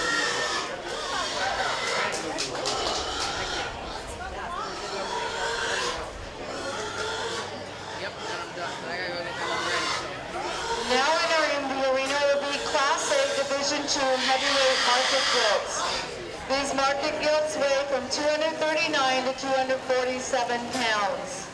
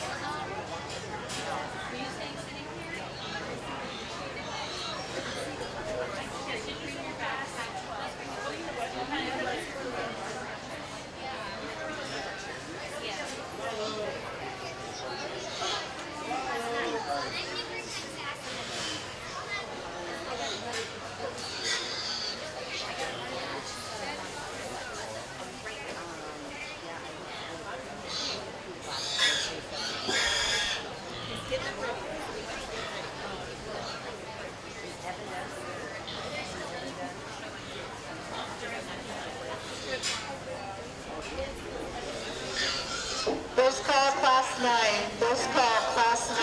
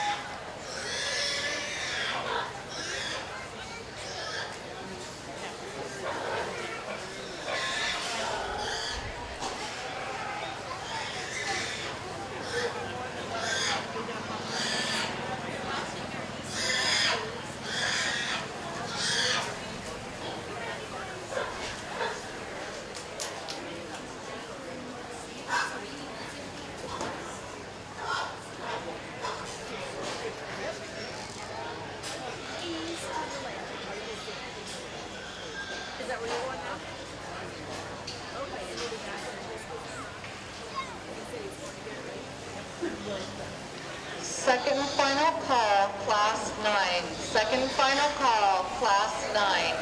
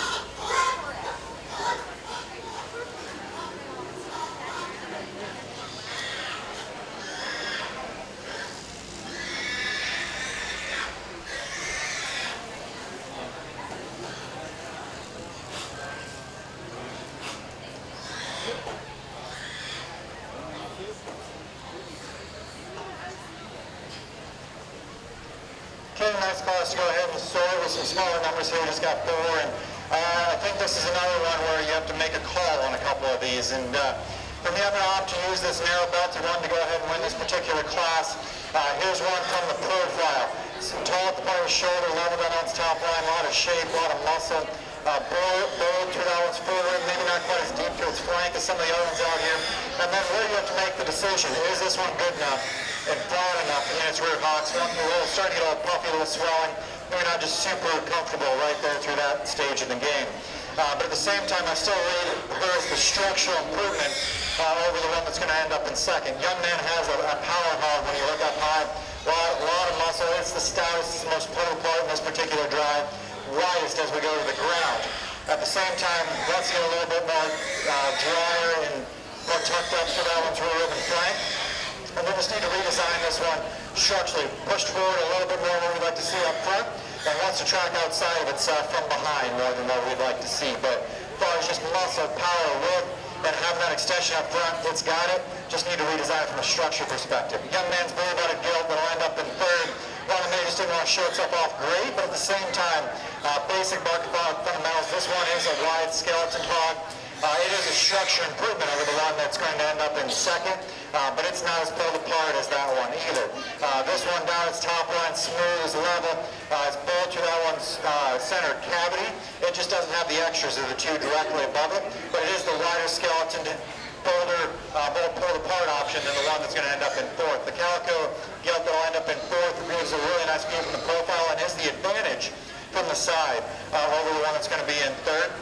It's really unique up front, level down its top line, but at the same time wants to get forward in his shoulder and not quite as comfortable on the go. And then with that, when this one drives at you and leaves you, it's the narrowest made gilt in the class. And so we just got to pull that one apart all the way through, and I think we can move that one up. But today in a market hog class, just a little too narrow made for me. So congratulations to all these exhibitors.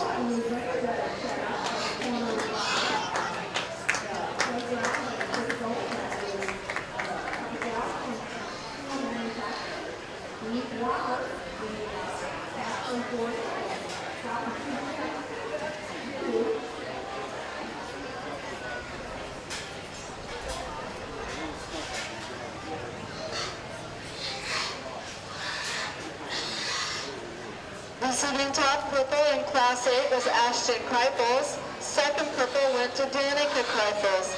Receiving blue ribbons were Sydney Sagehorn and Lane Mahaffey.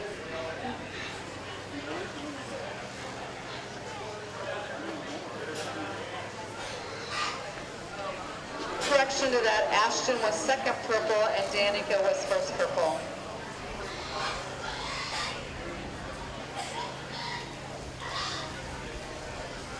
Now entering the arena is our Class 9 Division 2 heavyweight market gilts. These gilts weigh from 258 to 263 pounds. This will be a first call for Class 10. First call, Class 10.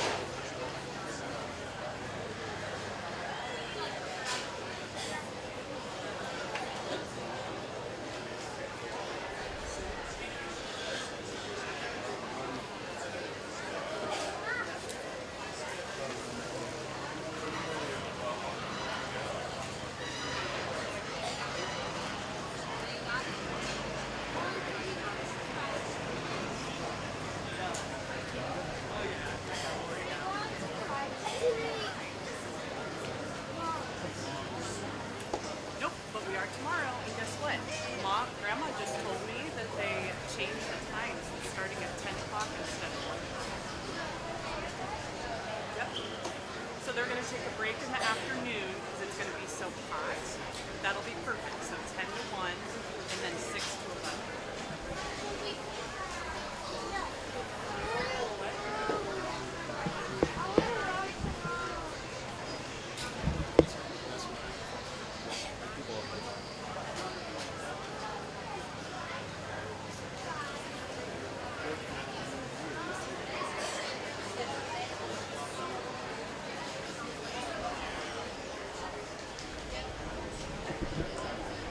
We have had some money turned in up here to the announcer's stand if you are missing some.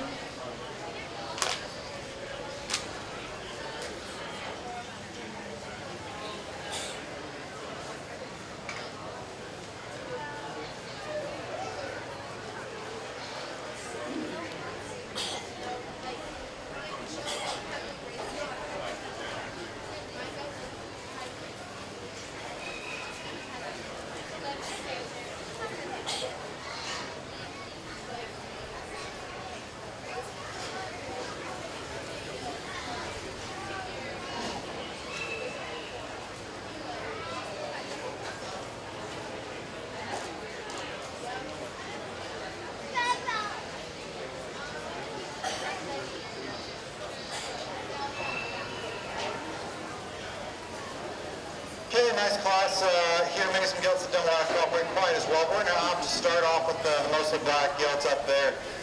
One that I think just is the hardest to fault.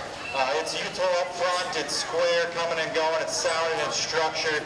It fulfills the basics of market hogs and does so in a fairly complete package, and so just a nice one to go ahead and start this particular drive. Young man with the spotted up one that would just want to cross the ring. Here's one that is softer, more pliable through that one's center cavity. I think that one is wider. However, that one's starting to put on a little extra condition. It's plainer and more nondescript up through that one's jowl, starting to lay on a little condition back through that one's flank.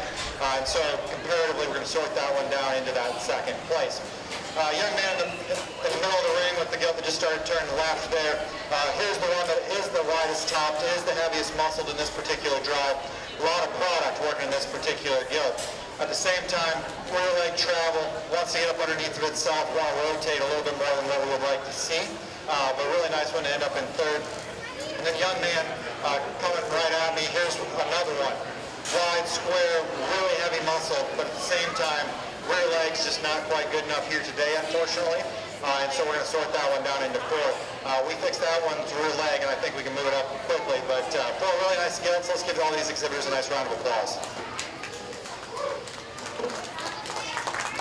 Receiving top purple was Graham Miller. Second purple went to Marcus Faust. Receiving blues was Tabala Rui and Kylo Francis.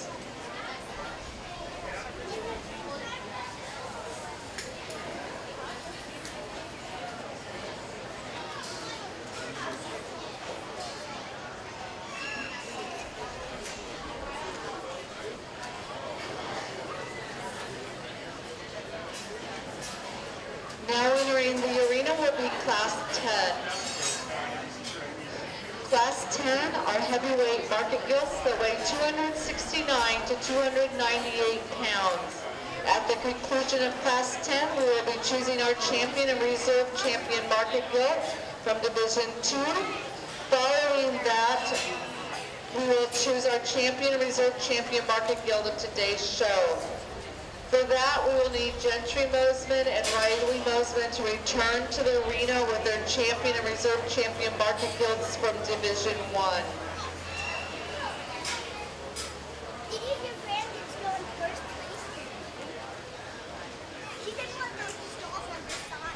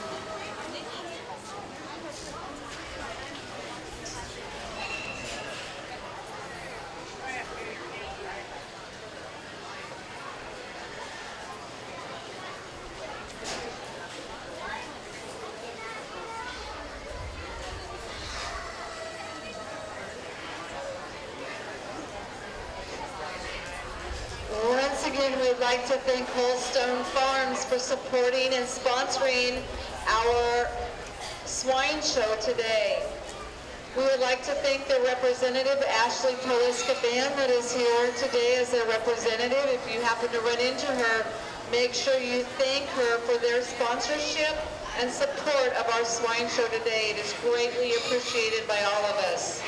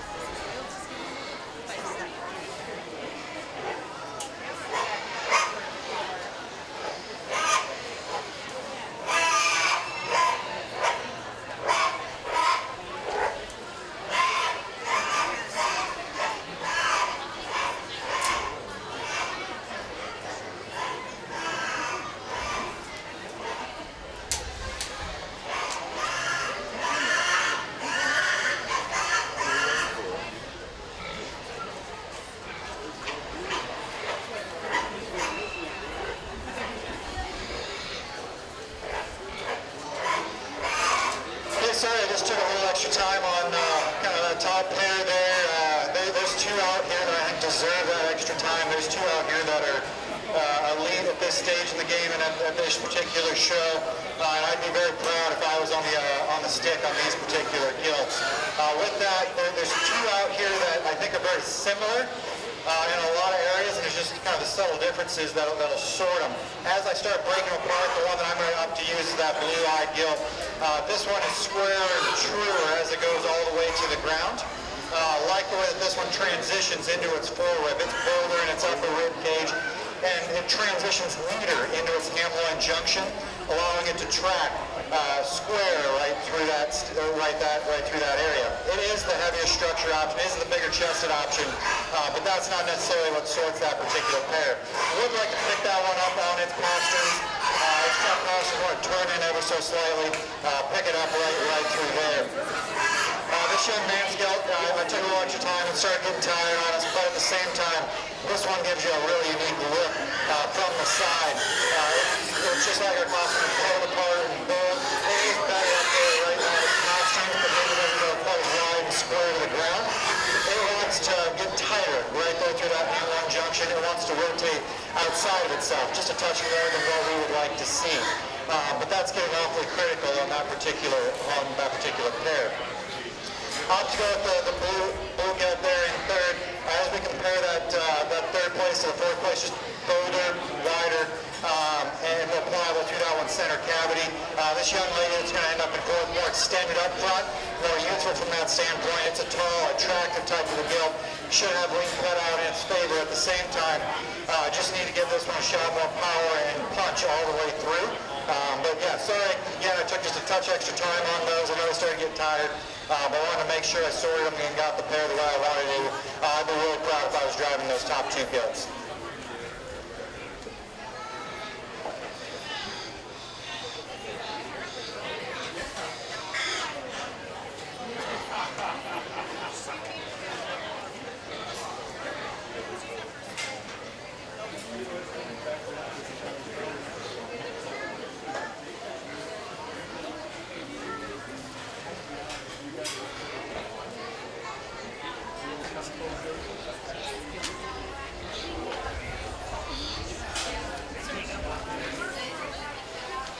We'll now be choosing our champion and reserve champion market gilt division 2.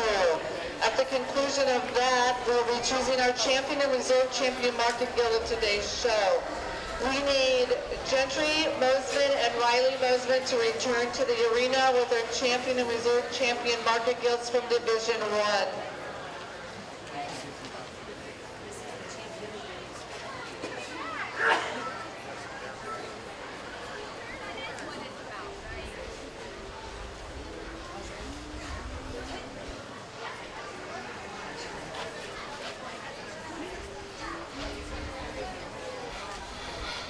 Okay, I'm not going to take a whole lot of time in this particular drive. Took a lot of time in that last class to kind of sort that pair, but now that we get them back out here, I think there's one that's just kind of a man-child in this particular drive. So bold, so wide, really heavy structured, stout, sculled, everything blends together too. Sometimes you can get some, and we see them throughout the day, really heavy structure, really heavy muscled, or really wide, but you start putting all the pieces together and they just don't blend. This one blends together very uniquely. This young man's blue-eyed gilt will be your champion heavyweight here. Congratulations.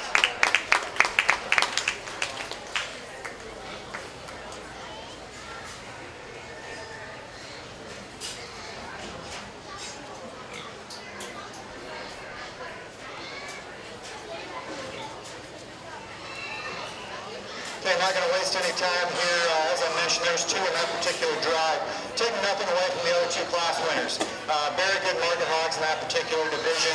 And if these two hadn't shown up, I think it'd be definitely a different story as we start talking. But there was two gilts that kind of came to this show with a lot of power, and they probably loaded on both thinking they had a chance to win this show. This young man that was second in that particular drive is going to be a reserve champion. Congratulations.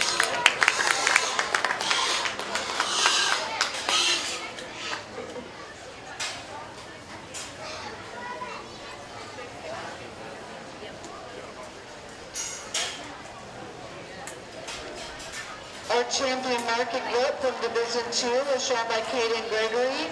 Our reserve champion market gilt from Division 2 was shown by Chase Hartman.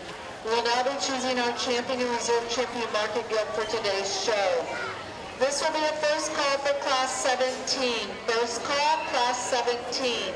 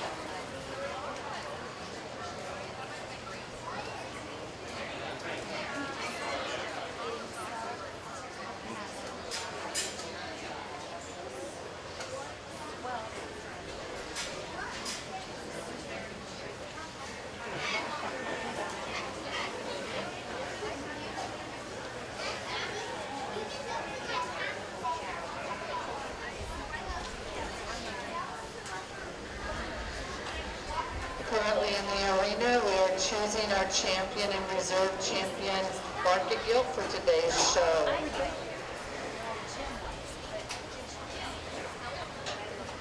Okay, let's give these exhibitors a nice round of applause. It's not every day that you're able to show up to County Fair and in the Grand Drive in your particular division here. And I think that's something to be very proud of, and it's a testament to the hard work that these kids put in, and it's hard work to their families. And so the young exhibitors that are out here and the young exhibitors that are back in their barns, make sure you thank your parents, make sure you thank your families, thank whoever's kind of helping you out with these projects, because it's really tough to get here just trying to do it by yourself. It requires a whole family, it requires a whole team. And so make sure that you thank those that were involved, because they were all pouring their heart and soul into this just like you were. With that, as we kind of talk through our heavy and our lightweights out here, the lightweight gilt here, the black-headed one, talked about in that particular division, everything just blends. For a gilt at this stage of the game, at this weight, it's really hard to put that kind of a rib cage in a gilt that's that light. And so that's really impressive on that one, and yet it still has a future. Sometimes you can get that rib cage and they look like they're going to peter out at 230, 240. This one still has some future left in it.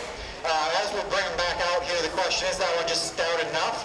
And is that one's rear leg able to just be coordinated enough? But what that one's able to do is really unique. Look, levelness, rib, body, muscle, everything just blends together so uniquely.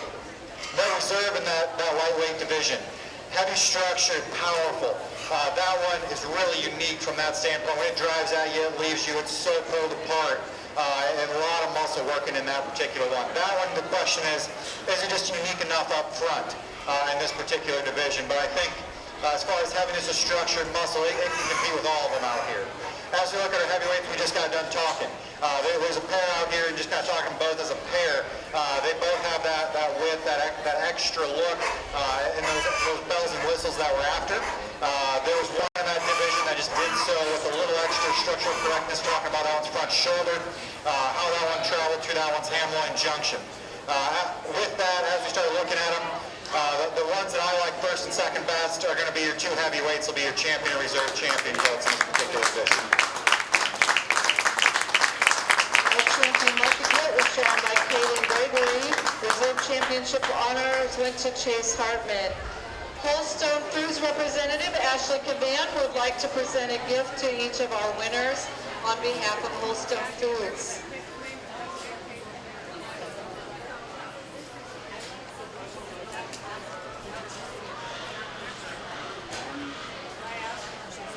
There is a second final call out for Class 17. Second and final call for Class 17.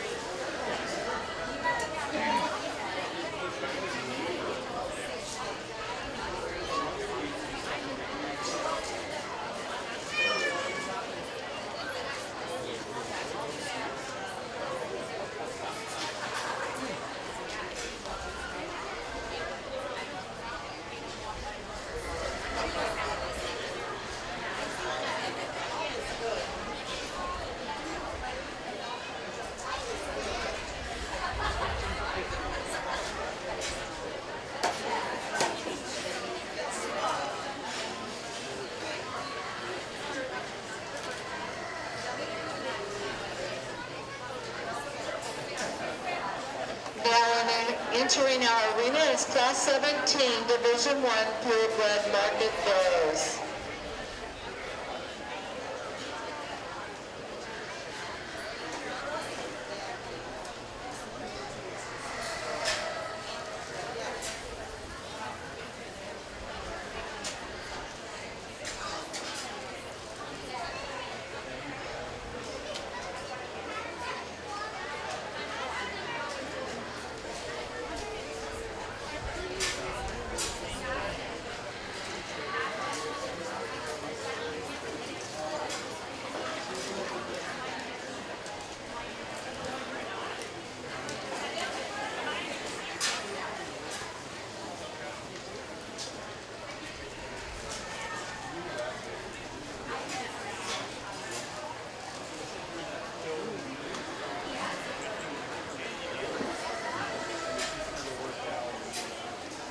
swine exhibitors, if you won a champion, a reserve champion today, Holstone Foods would like to get a picture with you at the end of the show out by the media board.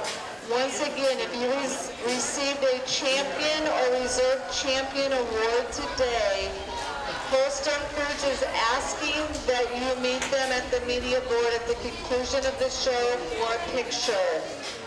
Once again, we really appreciate their sponsorship of today's show, so let's do that for them.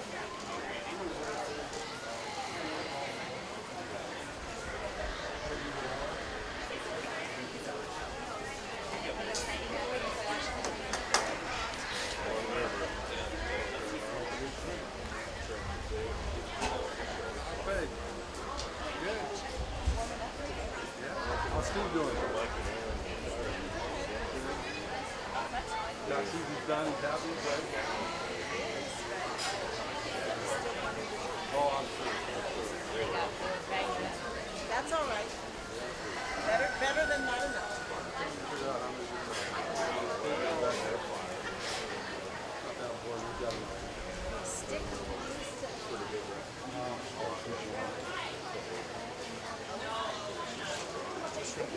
This will be a first call for Class 11, Division I Lightweight Market Barrows. First call, Class 11, Division I Lightweight Market Barrows. Don't forget the livestock judging contest is this afternoon, so get your team together and come on over and judge some livestock this afternoon.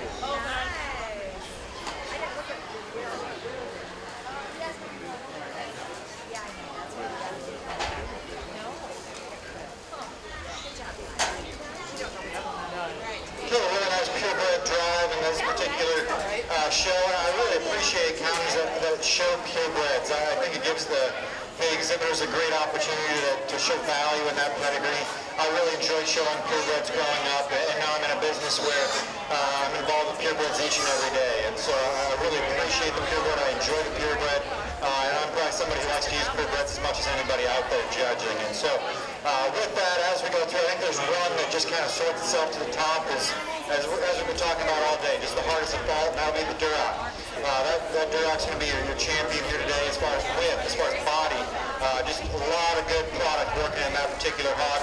Starting to get me a little bit more uncomfortable up through that front end, but at the same time, that's a stout, powerful type of a Duroc barrow to go ahead and win this drive. After that, I think you have some decisions to make. And then the question becomes, okay, we're at a market show. Do we use one that's more market ready? Do we use one that's more market acceptable from that weight and stage of the game? At this show where we're showing some younger ones, we're showing some lighter ones with some future, some state fair. And so we kind of have one to go ahead and win that meets those parameters. The one that I'm going to opt to use, I think, has more future. This one, I think, down the road will look awfully nice. But if you want to say, hey, it's not a market hog today, you can't go ahead and use it, I definitely would listen to that argument. But that Hampshire, I think, is awfully unique for that particular breed, and really any breed at all. That's a unique one. Really extended up front, wide, square as it drives right at you. And as we start talking about the Hampshire breed as a whole, this one's able to get out and go with a lot of reach, a lot of flex, a lot of comfort, and able to do that while having that rib cage you're after that should hopefully allow it to get to that weight that we need it to be come state fair time or wherever our target show is, exorbitant, you name it down the road. Once we add some weight to that one, I think that one's going to look awfully nice. If you wanted to say, hey, we got to use one that's more market ready, then I think the one that we're not using third, that Yorkshire in the middle of the ring, could definitely go ahead and be reserved. If you want to say that, I'm not going to argue. This one's tall and extended up front. Where this one cuts to sort into third, it wants to plan out, do more Yorkshire type of things. Yorkshire breed, really good. Maternal, hard to get that raw shape into them. And if we look right at the top side of that one's shoulder as it transitions into its loin edge, not quite as crisp as what we would like to see. Plain and more nondescriptive than as Yorkshires like to do. This one wants to plane up at the ground, wants to narrow up more than what we'd like to see. But from the profile, gives you a really good silhouette, sound structured, able to get out and go. Congratulations to that young man.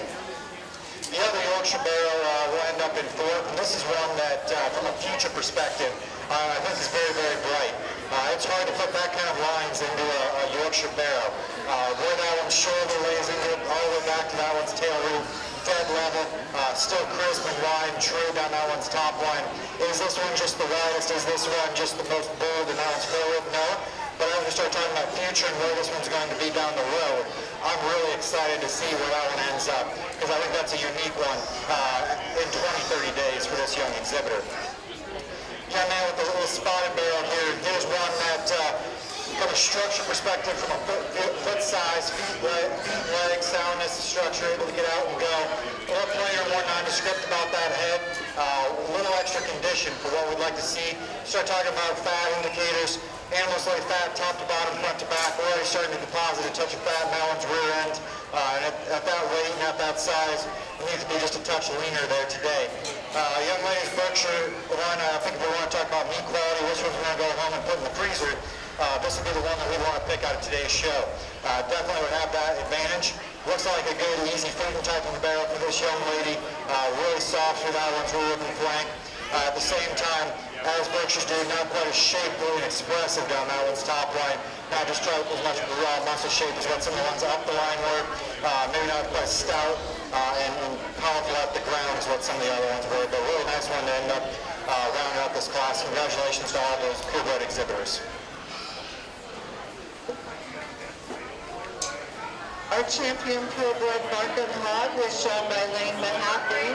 Reserve champion purebred market hog went to Evan Hartman. Also receiving a purple ribbon was Braden Shapersman and Grayson Model. Receiving blue ribbons were Kinley Model and Hunter Weiss.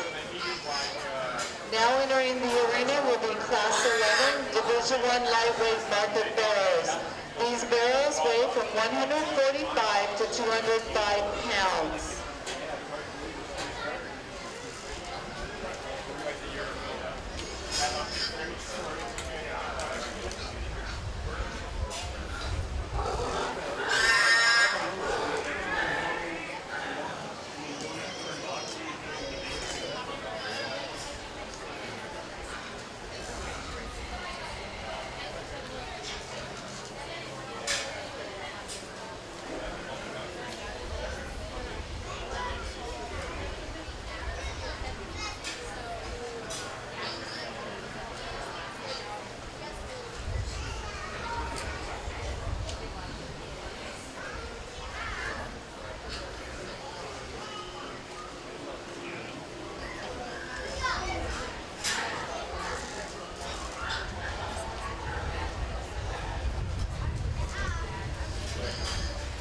Don't forget also while you're at the fair to vote for the 2013 Dodge County 4-H Council.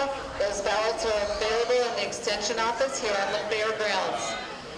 Any high school member of 4-H can vote for that, as well as anyone who has an interest in the Dodge County 4-H that is an adult. So make sure you vote for those.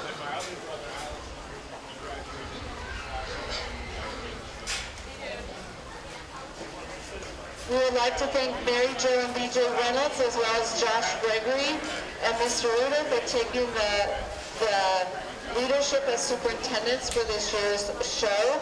We'd also like to thank the Logan View FFA chapter and some of their alumni for helping run today's show. So a big thanks to all of them as well for helping with today's show.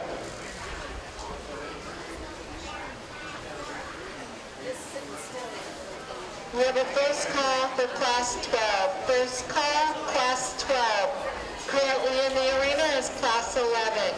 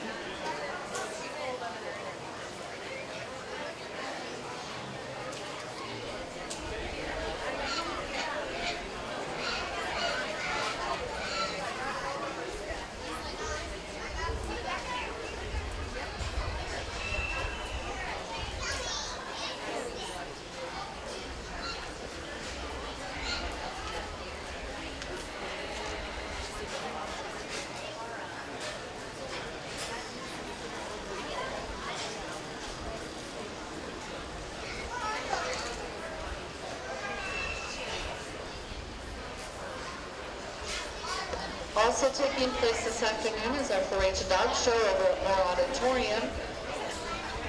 The day will end with our Diamond Rio concert, so don't forget to check out Diamond Rio this evening as well. Once again, if you are a champion or reserve champion of today's show, the medal signs that you'll be receiving are to be hung in your stall for the duration of the fair. That is so visitors that come to the fair know how your project did. At the end of the fair, we were asking that you please remove those and return them to the Extension Livestock office so that they can be used again next year. Stickers for your stall cards to show your ribbon placements are here on the back of the announcer stand by the stairs. You're welcome to come and get those stickers and make sure they get onto your stall cards. The Fair Board likes for you to show how your projects have done and like those stickers to get on the stall cards.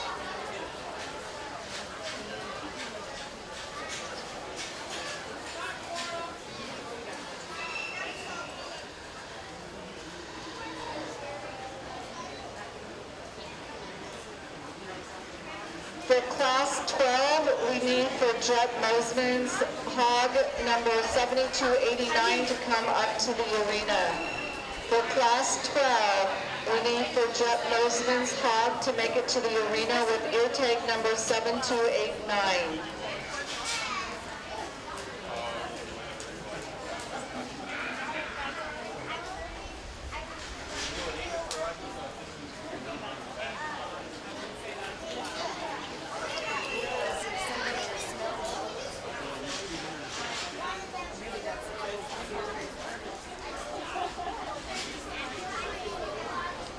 We do have a second call out for that Class 12.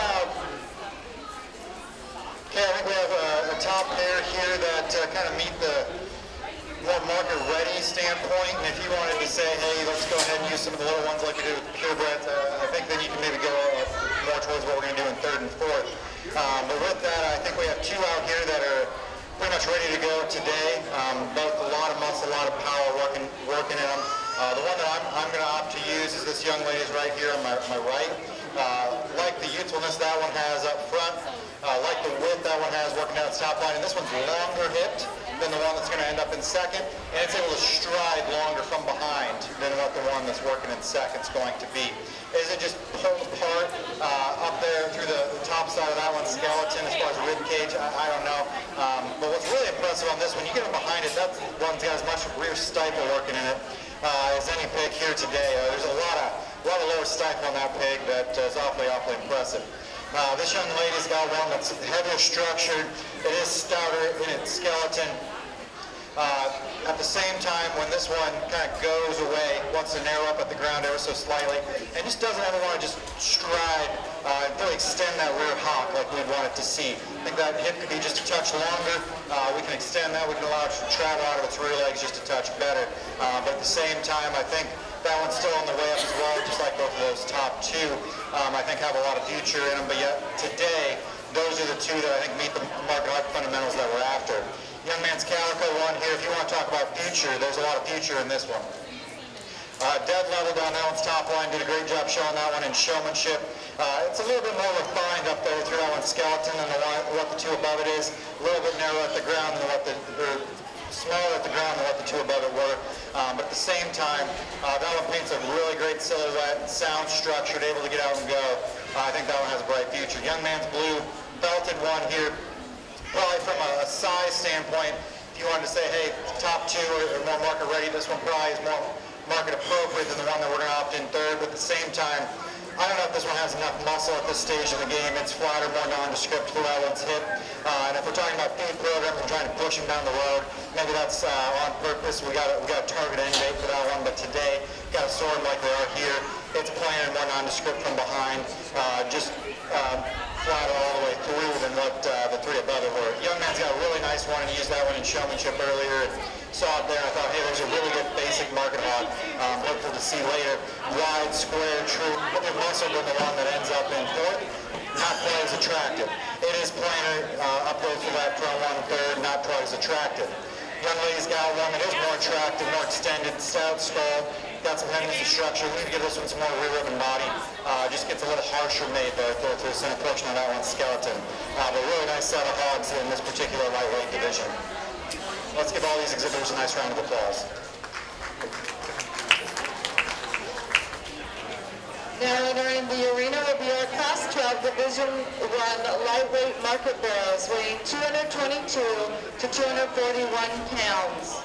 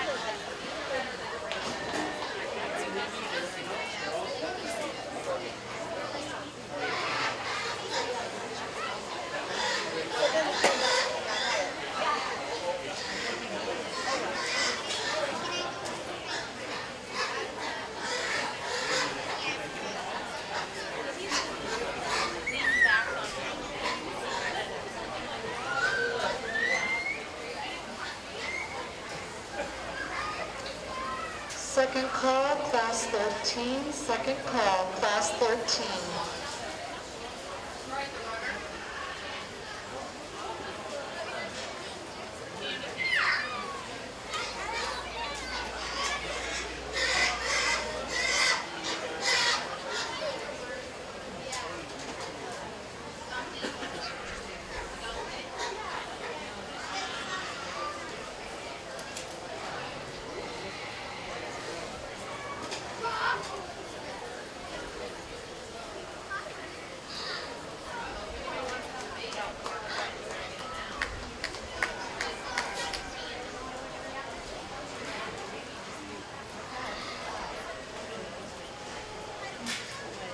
Okay, nice set of gilts here in this particular class. I think you have a few decisions to make, and once we make those, for me, I think there's one that sorts to the top pretty quickly, and that'll be the young lady's blue-eyed gilt there in the middle of the ring.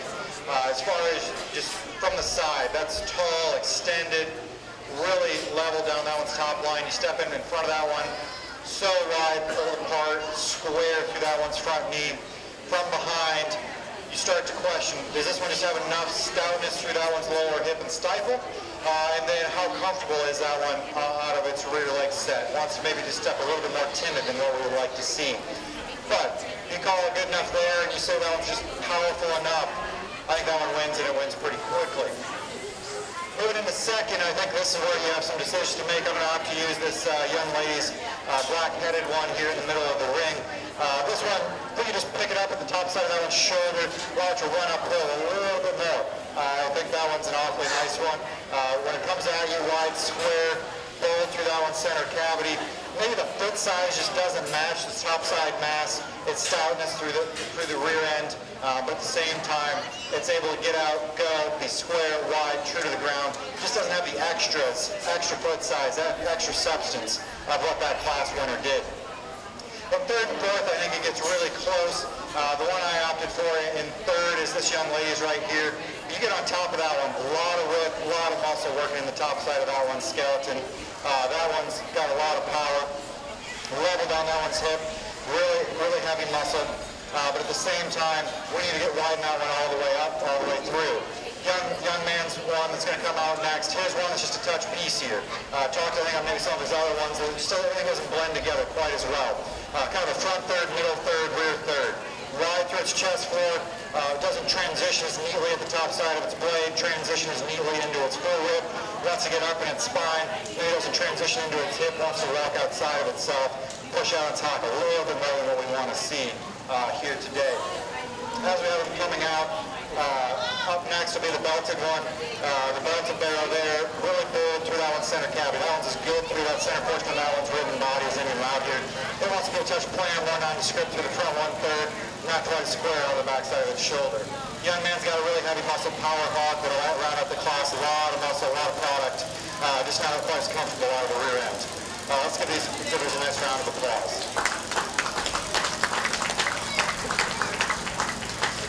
Receiving top purple in class 12 was Caleb Gregory.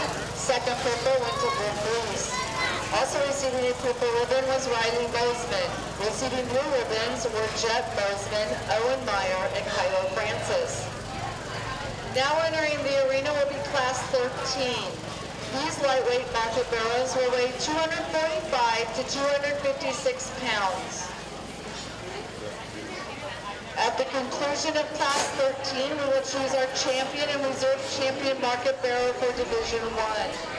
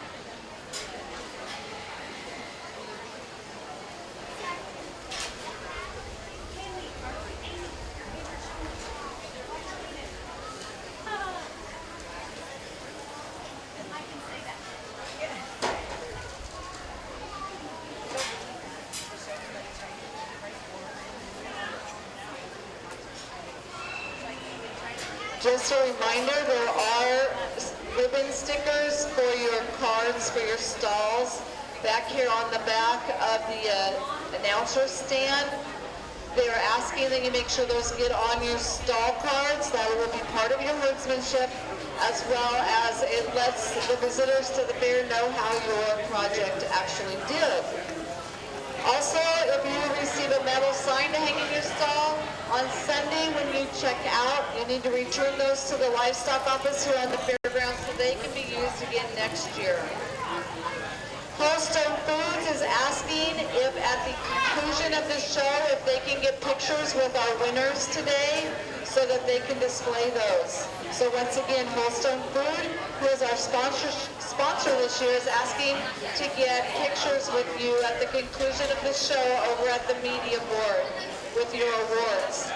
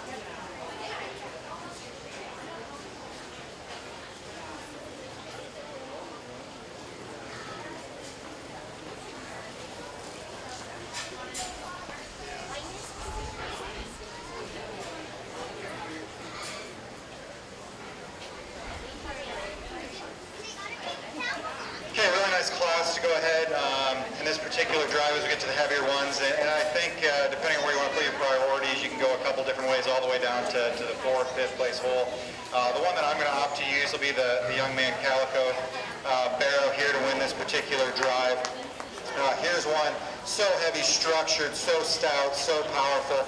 Question becomes, is he just confident enough out of that rear end? That's where I think you have to make the decision.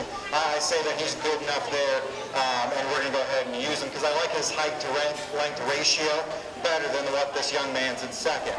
This young man in second square when that one drives out, you crisp, but the top side of that one's skeleton all the way back. Young man does a great job getting this one presented. When you step off to the side, the question is, does he balance?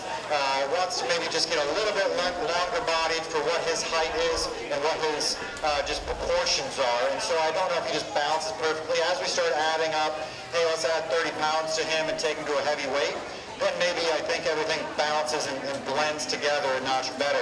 I do think he is more confident out of that rear end, and so if you want to go ahead and tie into him for that, I wouldn't fault you there.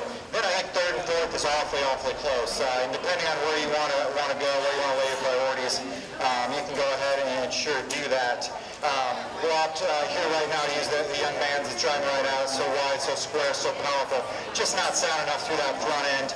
Young ladies, black-headed one here. This one, just as far as structure, is better than the one directly in front of it. It is heavier structure. At the same time, top side of that one's shoulder does not blend as neatly into that one's top line. As we step off, chine the chest just doesn't, it wants to get a little too shallow right there compared to the mid portion of that one's body. It's underlined. We like to level out that underline a little bit more. It just wants to get a little bit more U-shape than what we would like to see in this particular barrel. Maybe not quite as just wide as what a couple of the ones directly in front of it are, but really, really nice job for this young lady. Excellent job getting that one presented. She's done a great job all day. Young man's blue-eyed one coming out next. If you want to just talk about shape, power, muscle, this one has it. I think when you take him to the carcass, this one will be as good of a carcass hog as any of them. When we talk about Holstone Foods being a sponsor, this one goes to Holstone. I think that one, as far as in the cooler, a lot of value. Congratulations to that young man. Today in the show ring, maybe just not quite as confident in its travel, maybe not quite as attractive up through the front 1/3, but really nice one to round out this class. Congratulations to all of these exhibitors on a job really well done in this class.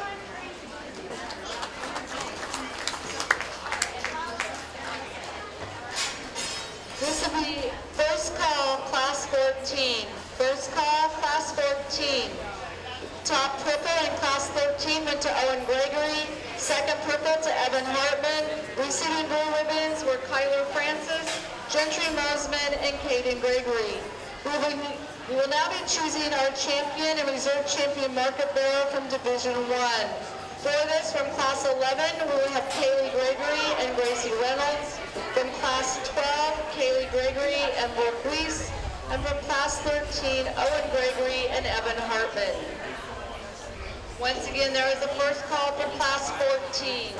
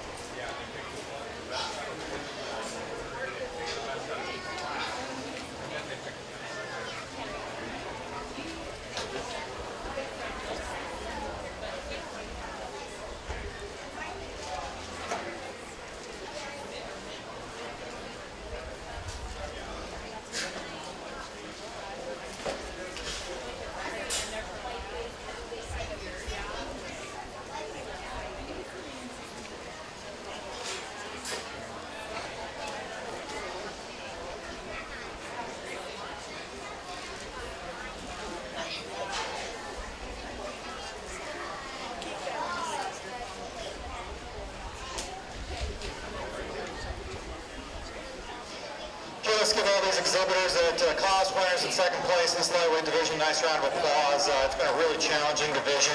I think it's a testament to these kids that they're still out here driving. And they're pigs to still be out here driving very well. These showmen do a great job and obviously put a lot of work in at home. With that, I think there's one that, for me personally, puts the most totals together, most confident, most comfortable. In using this one, it's older, it's stouter than one of its contemporaries. It's more useful up front than the other contemporary. I think everything just balances. The Blue-Eyed Barrel will be your champion lightweight in this division.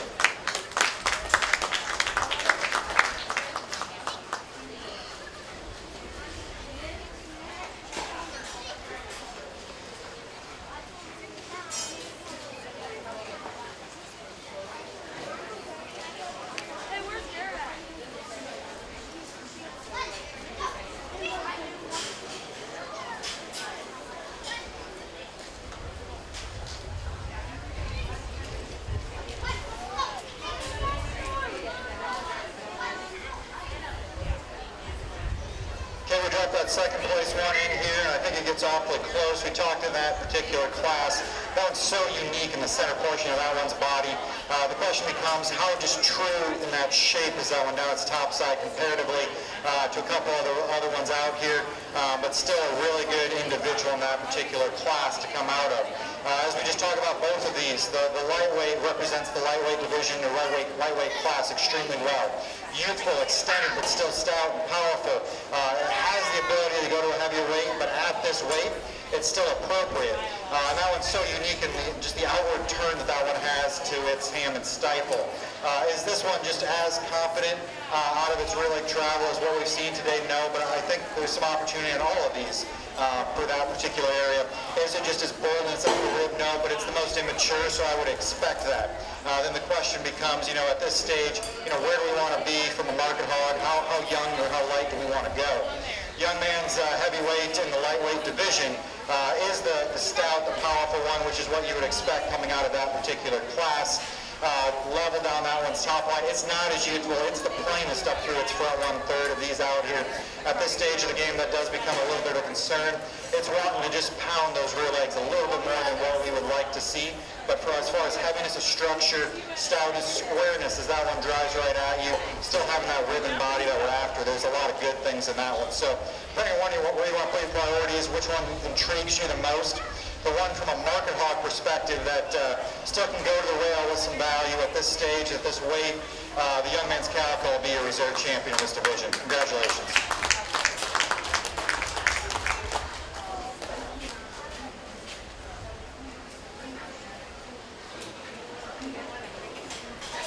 Second final call, class 14. Our champion market barrow, Division 1, was shown by Caden Gregory. Reserve champion market barrow, Division 1, was shown by Owen Gregory.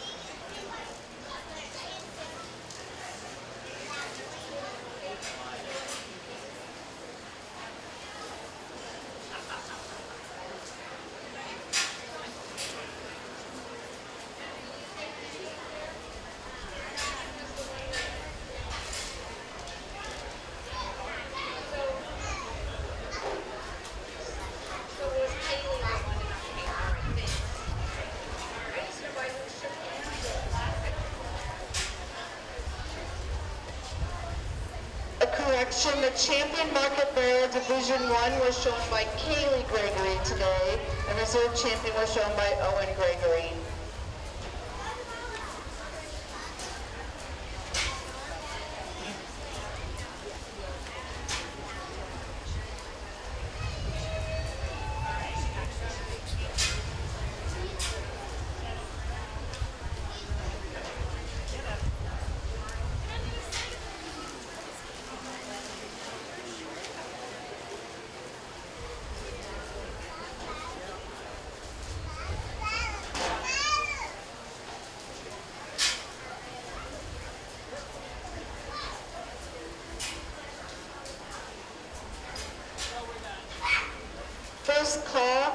Class 15. First call, Class 15. Currently in the arena, we have Class 14, Division 2, heavyweight market bearers that weigh 257 to 270 pounds.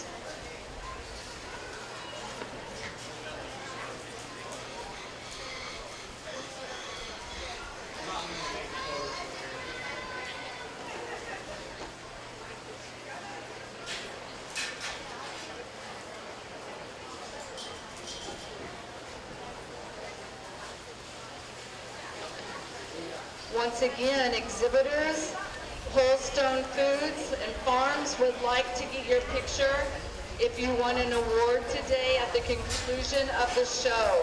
So at the conclusion of the show, they would like to meet you out at the media area and the backdrop and have a picture taken with you. Once again, we'd like to thank them for their sponsorship and support of today's show.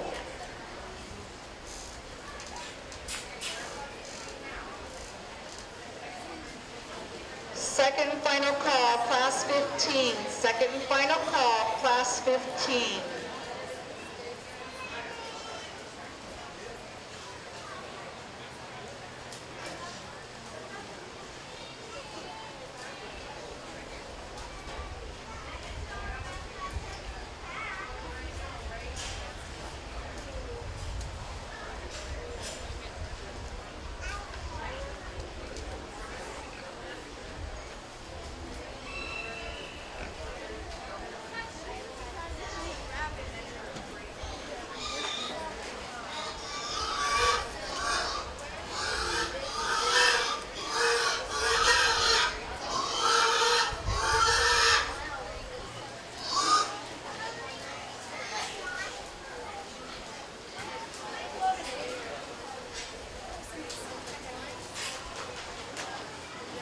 Don't forget to get signed up for this afternoon's livestock judging contest. That will take place here in the arena. You may sign up in the office from 12 to 1:30. That will be the extensions office. And then the contest will take place here at 2.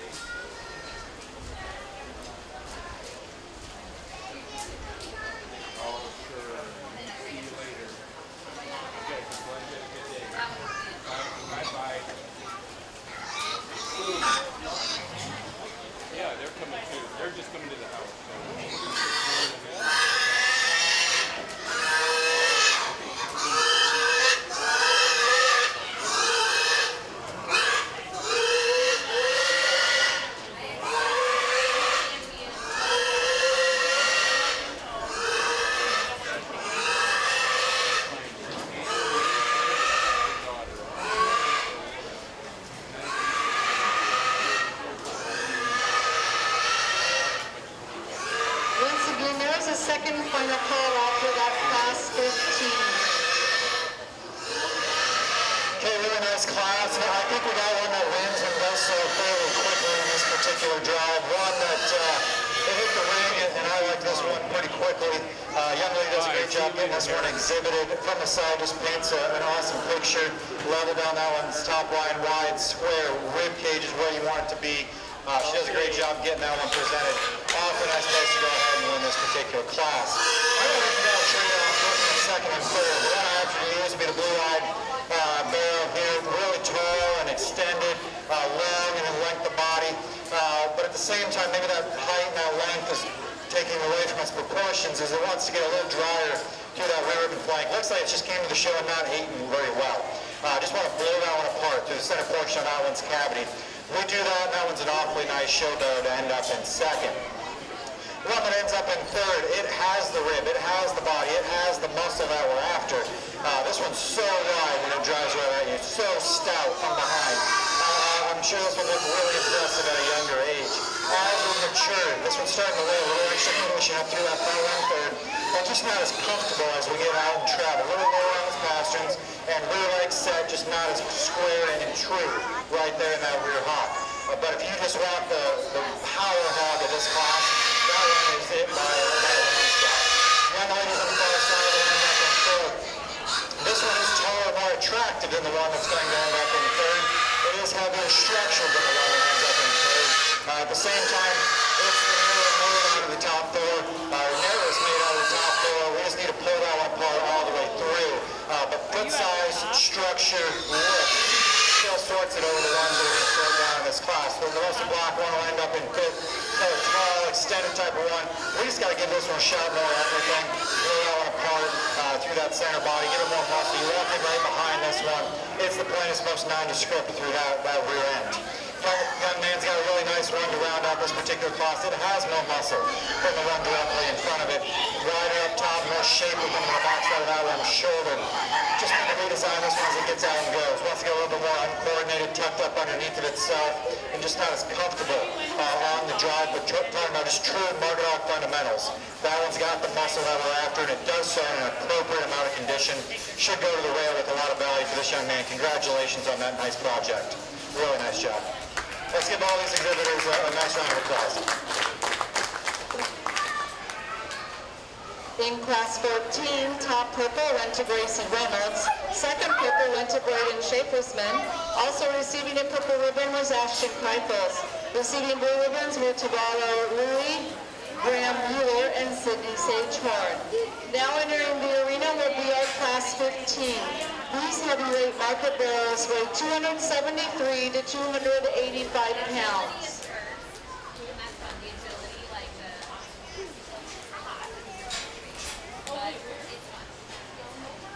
Also, do not forget on Sunday when you check out and go home to put all your wood chips out into the aisles to make cleanup easier for the fair board.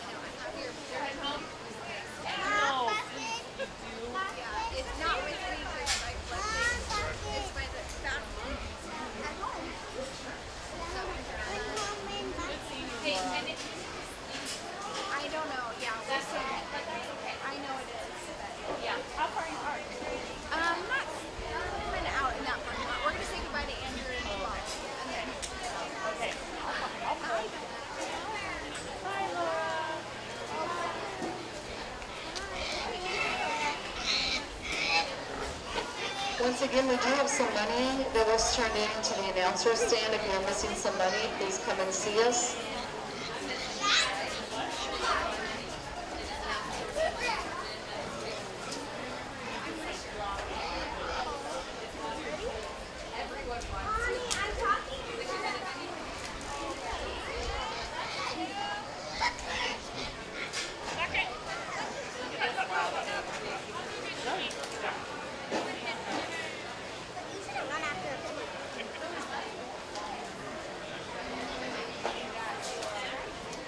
First call, class 16. First call, class 16.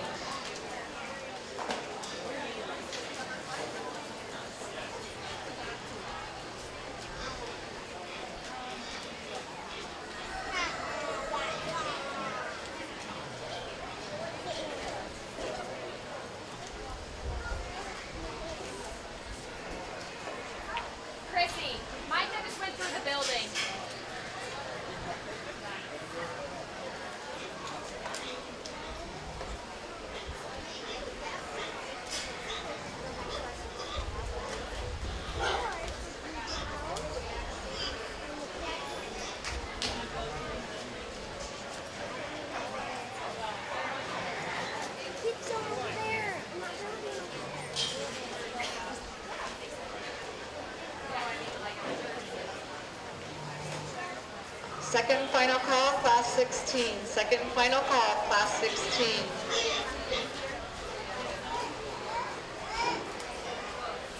Don't forget the concert tonight with Dylan Bloom, Logan Mize, and Diamond Rio. It'll be a great way to end your day at the fair.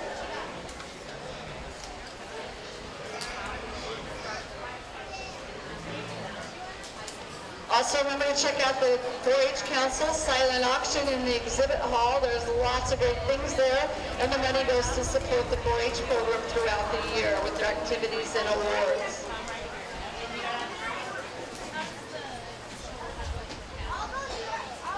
Okay, I think we got a place to go ahead and start in this particular class, and not saying that this one's perfect. I'd definitely like to redesign this one on its rear skeleton. But when this one came out of the gate, it just hits you pretty hard how wide and true this one is all the way to the ground, how that transitions from that blade into that forward. The young lady's got this one tuned up at 12 o'clock for today's show from a skin, hair, condition, muscle standpoint. The question, as I mentioned on this one, rear leg, is it good enough? In this particular class, I say it is. She's going to end up winning this particular class. The young lady in the middle of the ring is going to end up in second.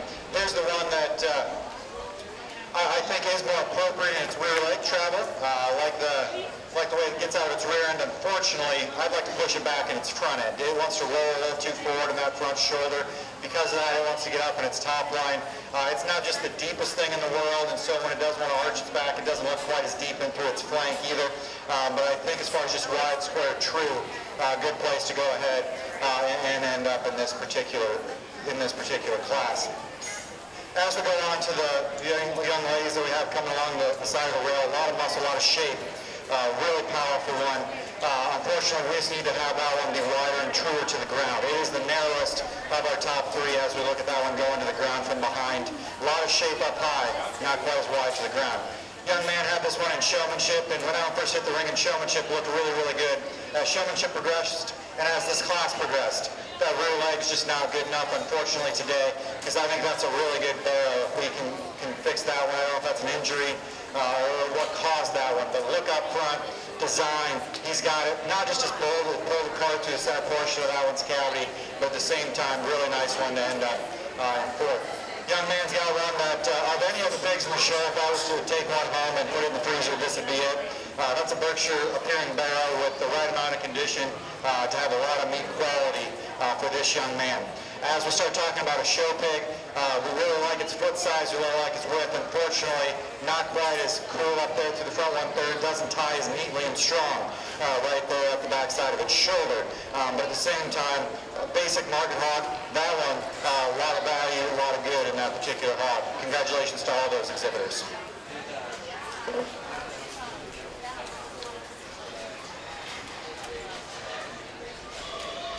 Top purple was shown by Leo Hartman. Second purple was shown by Jade Reipels. Receiving blues were Sydney Sagehorn, Ryder Breivik, and Lane Mahaffey. Now entering the arena will be our Class 16 Division II heavyweight market barrels that weigh 288 to 305 pounds. At the conclusion of Class 16, we will choose our champion and reserve champion market barrel from Division II. We will then choose our champion and reserve champion market barrel of today's show. For that, we will need Kaylee Gregory and Owen Gregory.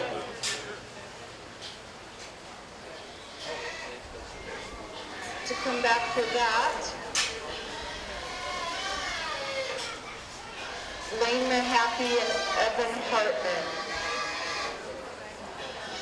At the conclusion of that, we will choose our Supreme Champion Market Swine and Reserve Supreme Champion Market Swine of today's show.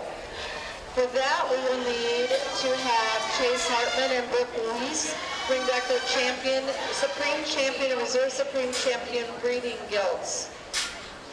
Once again, if you are a winner and received a trophy or anything like that today, you need to go to the media background at the conclusion of the show, and Holstone Foods would like to have pictures of you. They were our sponsor for today's show, so that would be very nice of you to make sure you get over there to get pictures with the Holstone Foods representative and Farms representative. Much appreciative since they sponsored this show today.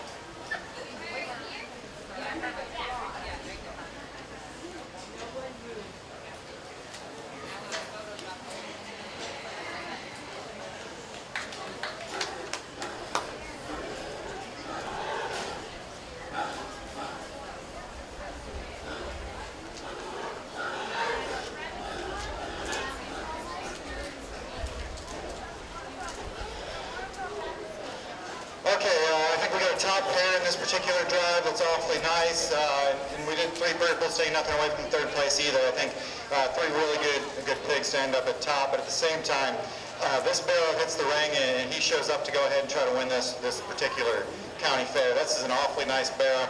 Wide, square, true, everything that we're after. All the parts and pieces fit together. Sound structured, complete. There's not just a whole lot of holes in that particular hog. Nice place to go ahead and start off this particular drive. Congratulations to that young lady. When this young man's mostly black barrel hit the ring, I thought that was going to be our class winner. It was going to happen pretty quickly. Unfortunately, just ran into one that was a little bit better here today. Here's one. Like the center cavity, that one possesses so wide up top. That one's got a big back working in it, super stout and thick from behind. You get off to the side, doesn't blend and transition quite as neatly. It's a little chuffier up front, not quite as youthful up through that front 1/3. And those are the little differences as we start talking about those class winners and those really elite classes that we have. The young man's blue barrel, and I really tried to get a good look at this one because I think this one is a basic market hog, has a lot of value. And so that's why I spent a lot of time trying to just get this one evaluated. A lot of muscle working down the top side of that one, skeleton, rib cage, width, squareness when that one comes and goes. Isn't the most coordinated out of the rear too. It wants to roach up in its top line a little bit more than what we'd like to see. But I still think it's more comfortable out of its rear skeleton. And it's deeper through its flank than the one that we're going to opt to use in that fourth place hook. The young man's here in fourth place, this belted one. Here's one that's got a lot of muscle, has more muscle probably than the one that ends up in third. Unfortunately, rear leg travel's just not quite good enough. Wants to get a little bit more restricted out of that hamline junction, not throw those rear legs a little bit more than what we want to see. And because of that, we're going to slow it down, but at the same time, really good basic type of a market hog to end up in fourth. Young lady's got obviously probably a really fast growing type of a Yorkshire appearing type of a barrel. Bold, deep, All the indicators of growth rate are there, so it makes sense why this one was able to grow as efficiently as what it was. At the same time, with that extra growth, it's wanting to get a little plainer and more nondescript. It's wanting to lay a little bit more condition on than what we want to see. So we're going to sort that one down from a market fundamentals, carcass composition standpoint. But design and build, really good. Just a little, probably just grew a little quick for this young lady. So congratulations to all those exhibitors. Let's give them a nice round of applause. Top purple went to Brooklyn Reynolds. Second purple to Evan Hartman. Also receiving a purple ribbon, Will Faust. Receiving blue ribbons were Tabala Rui and Haley Model. We'll now be choosing our champion and reserve champion market barrow from Division 2. After that, we will be choosing our supreme champion and reserve champion market barrow of today's show. For that, we need Lane Mahaffey and Evan Hartman with their champion and reserve champion purebred market barrows. We need Kaylee Gregory and Owen Gregory with their champion and reserve champion market barrows from Division 1 to report to the arena. For our overall supreme champion and reserve supreme champion market swine of today's show, we will need Kaden Gregory and Chase Hartman back to the arena with their champion and reserve champion market gilts. Once again, exhibitors, please make sure that you go and get your picture taken with the Holstone Farms representative that is here if you won awards today. They sponsored our show and they would like to have pictures of all of you, so please be polite and go and have your pictures taken.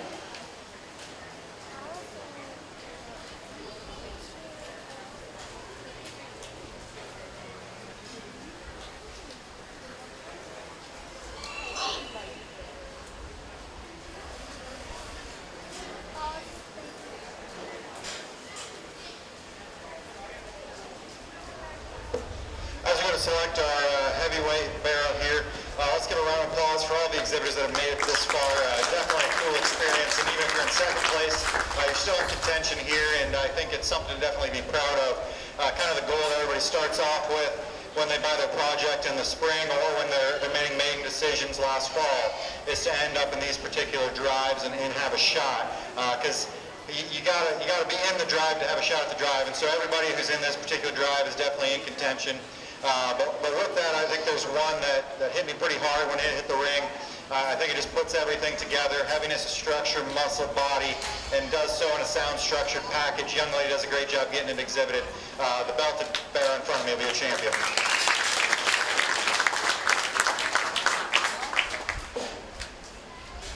Our champion market barrow in Division 2 is showing by Brooklyn Reynolds.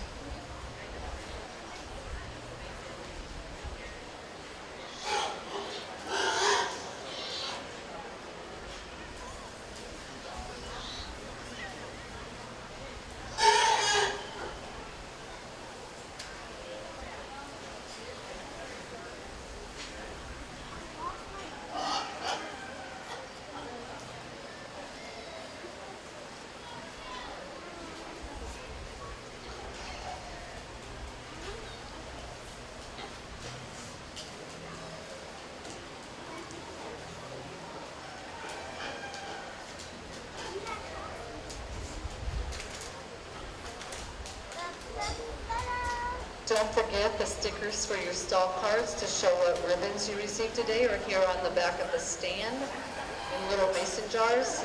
come and get what you need and get those put on your stall card so visitors to the fair can see how you did today.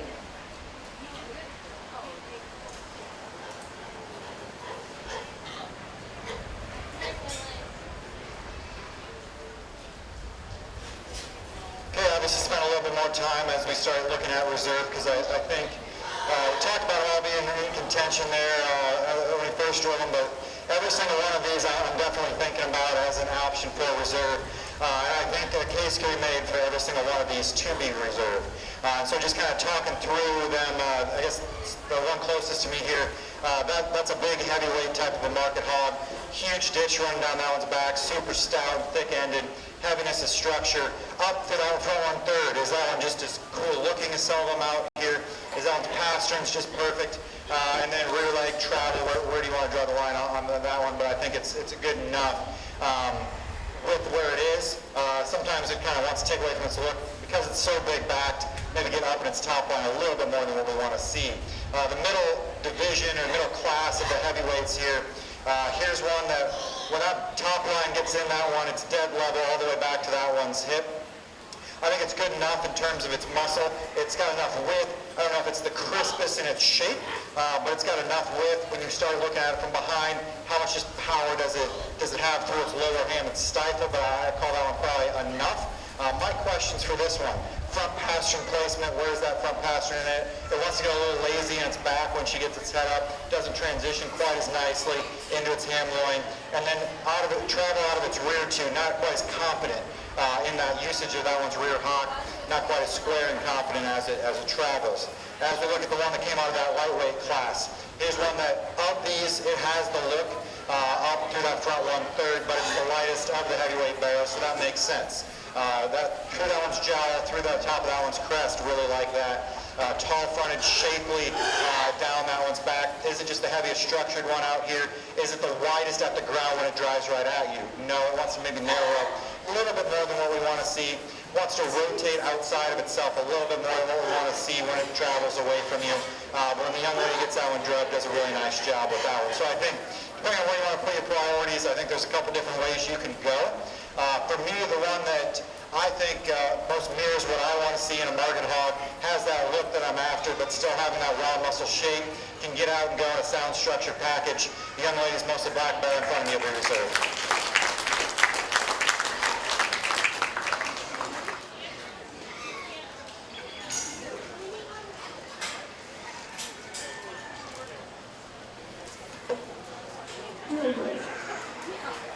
We are going to have a dance party in Bridgeville at 12:30. Coming back from Somerville at the dance party at 12:30 in 6:30.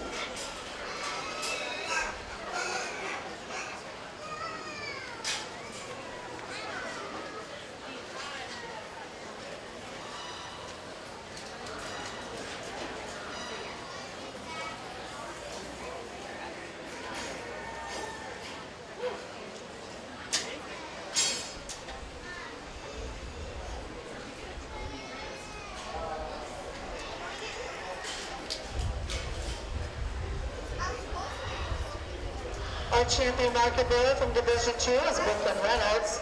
Our reserve champion market bearer from Division 2 is Gracie Reynolds. We'll now be choosing our Supreme and Reserve Supreme champion market bearer from today's show. For that, we will have with their champion purebred market barrows, Lane Mahaffey, and reserve champion market barrow, Evan Hartman. We will have with her champion market barrow from Division 1, Kaylee Gregory, and with his reserve champion market barrow from Division 1, Owen Gregory. Once again, Holstone's Foods would like to get pictures with our champions and reserve champions today. That would be from Showmanship, Brooklyn Reynolds and Henry Reese, Brooke Reese and Chase Hartman, Jet Mosman and Owen Gregory. For breeding gilts, that would include her champion registered breeding gilt, Brooke Reese, and Chase Hartman with his reserve champion registered breeding gilt. Our champion crossbred breeding gilt, Chase Hartman, and reserve champion Brooke Reynolds. Our Supreme and Reserve Supreme champion breeding gilts, Chase Hartman and Brooke Reese. Our champion and reserve champion market goods from Division 1, Gentry Mosman and Riley Mosman. Our champion and reserve champion market goods from Division 2, Kaden Gregory and Chase Hartman. Our champion and reserve champion market goods, Kaden Gregory and Chase Hartman. Our champion and reserve champion purebred market hogs, Lane Mahaffey and Evan Hartman. Our champion and reserve champion market barrel from Division 1, Kaylee Gregory and Owen Gregory. Our champion and reserve champion barrels from Division 2, Brooklyn and Gracie Reynolds, as well as the two that we have yet to crown. Once again, those people are expected to come over to the backdrop area and get their picture taken with the Holstone Farms representative with their hog and their awards. We would like to thank Holstone once again for their support today of the show and their sponsorship. And they would like to have these pictures. So we ask that you please do that in honor of their sponsorship and support.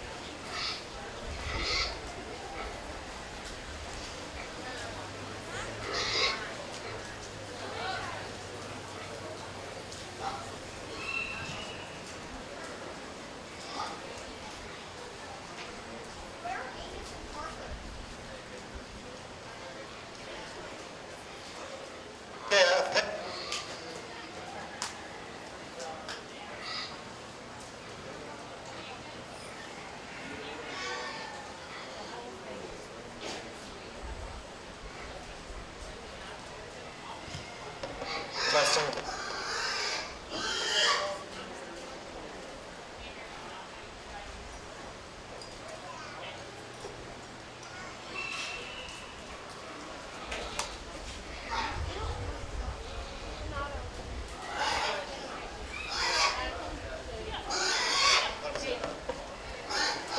Testing.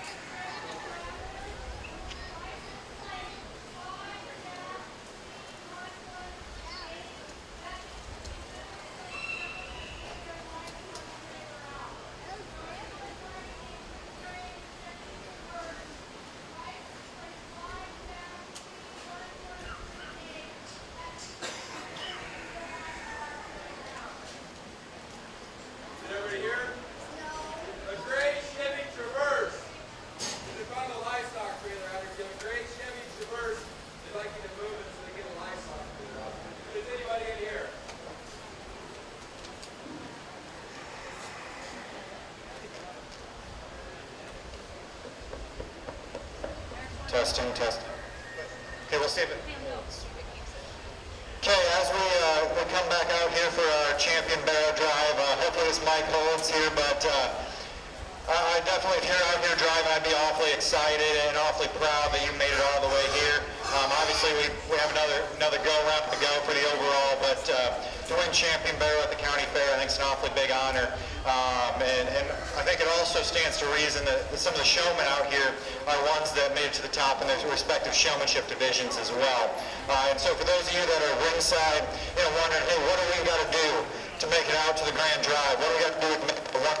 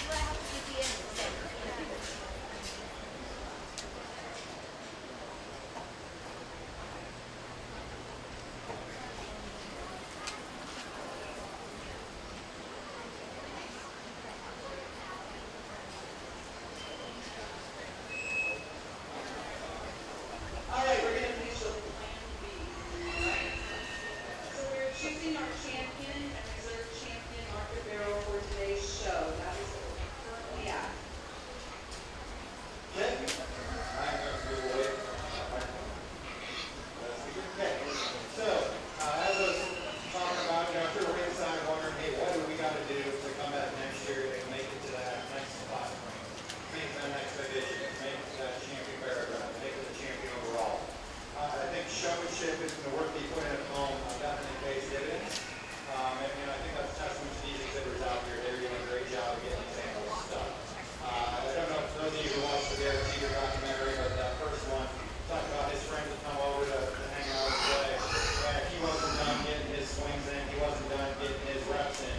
When he was just a high schooler, they were not allowed to hang out with him. That was his choice. He had to make sure he got his work done each and every single day. Same thing with these show days. Make sure you kind of get that skin and hair on point, get that showmanship on point. And that's the difference that will sort some of those pairs in a really close pair. With that being said, let's get down to the champion battle. I think as we bring mine out to you, I'm not going to take a lot of time on the champions. I think there's one that wins the crossroad battle pretty quickly. And it does so just from the mass, the dimension. We're able to do so in sound structure, comfortable package, proportions, length, the height ratio of where we want them to be. Then when it goes through the belt barrel will be your champion barrel.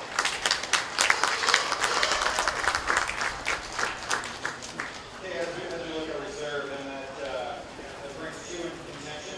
Taking nothing away from the calico, but the blue eye there and then the black one, talking about both of them. Blue eye barrel, that one always has a ditch running down that one's top. Stepping behind, how much is that one behind? Where's the condition at? That one's flank starting to get a little bit soggy at this stage of the game for this weight. It's got a little extra condition working up there for the front one. Very good. Foot size, structure, definitely advantage compared to the one they were also talking about in contention. How just square, how true is that one out of its rear end when it starts going? That's another question I ask yourself. Young lady's got the attractive, good-looking one on the pair. That one from the front 1/3 is really unique, really cool. Love the curvature that one has to it. Its front knee, able to get out bend. It too is really shaped and expressing. It's more that low hand style. It's not as heavy structured. It narrows up at the ground. It drives it in sense. And it too, maybe we could allow it to flex out of rim just a touch easier. But as we start talking about where they need to be from a size, frame standpoint to hit the market weight that we want to see, have that length high ratio, and do so in a lean package of look. The one that I like second best would be the reserve heavy, reserve overall barrel.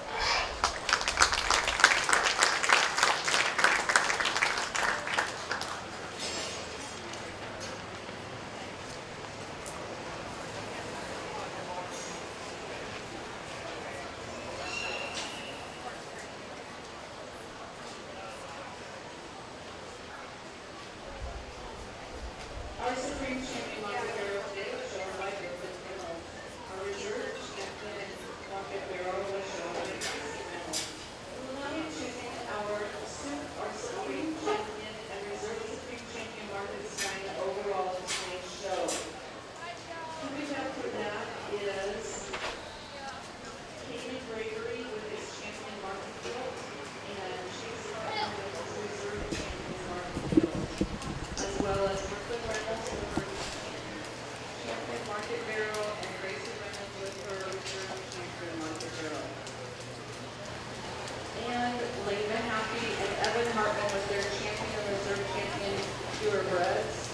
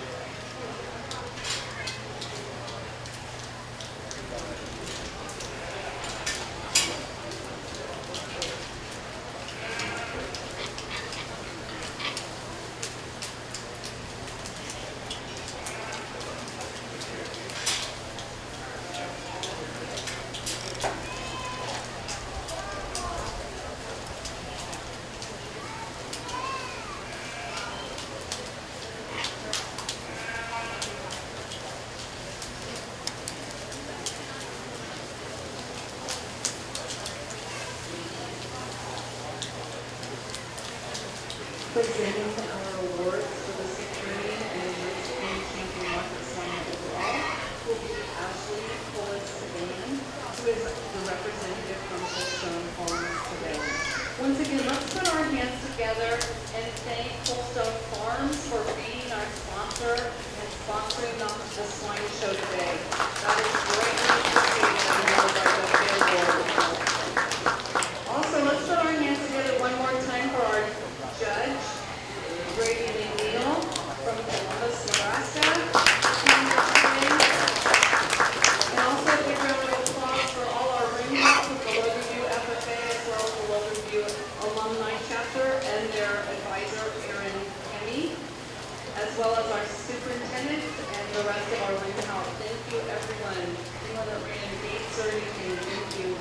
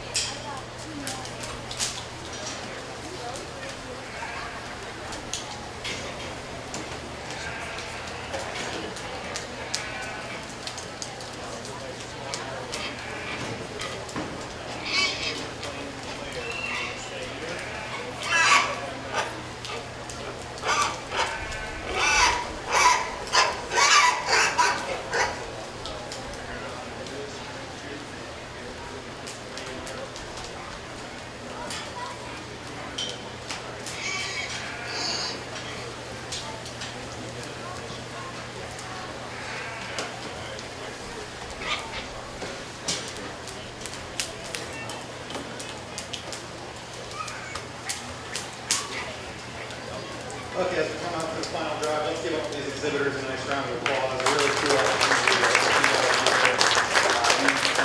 start talking about taking out that champion overall. And with that, I'd be remiss if I didn't take a chance to just thank all the ring help. Obviously, this show has moved extremely efficiently. Everything's been, all the kids have done a great job getting their pigs to the ring, and that wouldn't happen without everybody working in the back. So we have another round of applause for everybody kind of helping ringside, keeping the show moving. Definitely makes my job a whole lot easier as I come here to sort through these pigs. And as we talk through the ones that are in contention here, we have the purebred. We talked in that division wide, really square as that one comes out. You still pull apart to that one center back. It's just the most comfortable one from a feet and leg standpoint compared to a couple of the other ones. I don't know. That's probably where you got to make your mind up.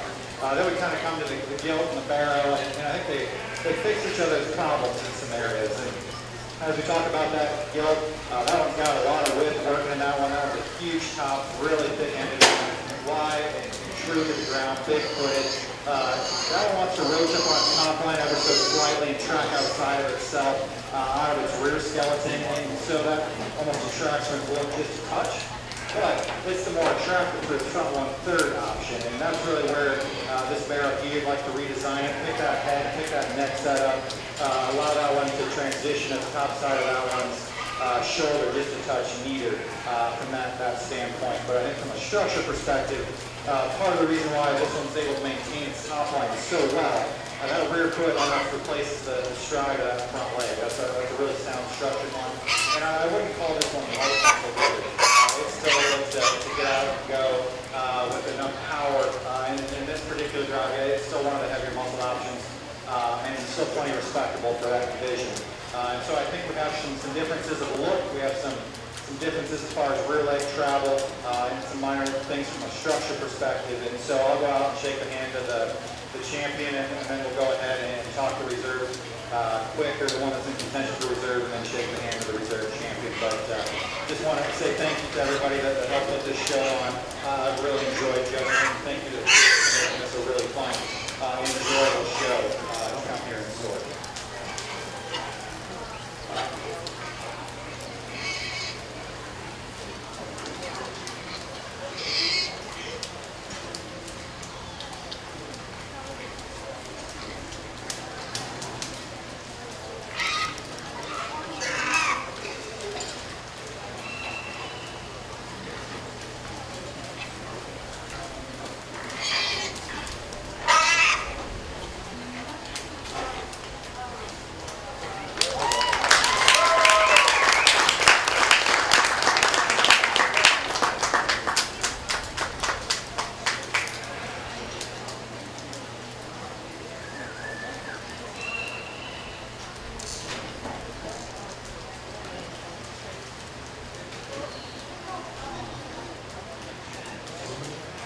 Okay, as we bring that reserve bear out here in contention, and I think one you definitely consider, it kind of mirrors our champion there from a structure perspective. It has a little bit more look up front, a little bit more youthful through that front one third. The question on that one is, how wide does it go to the ground when it drives around you? How big footed is it when it hits the surface?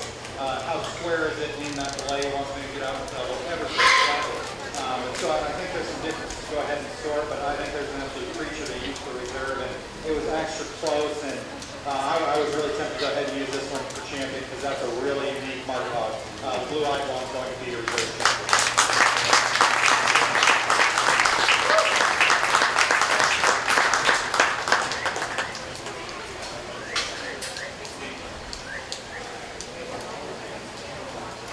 Thank you everyone for coming today. It was a great show. We look forward to seeing you all next year in 2023. If you are a graduate and this is your last show, we would more than be willing to take you next year to help us out. So good luck in school this year with everyone, and we'll see you next year. A reminder, winners need to show up over there at the media board to have their picture taken with the Holstone Farms representative. Remember to clean those stalls out before you leave on Sunday. Turn any of the metal signs that have been hanging you saw over the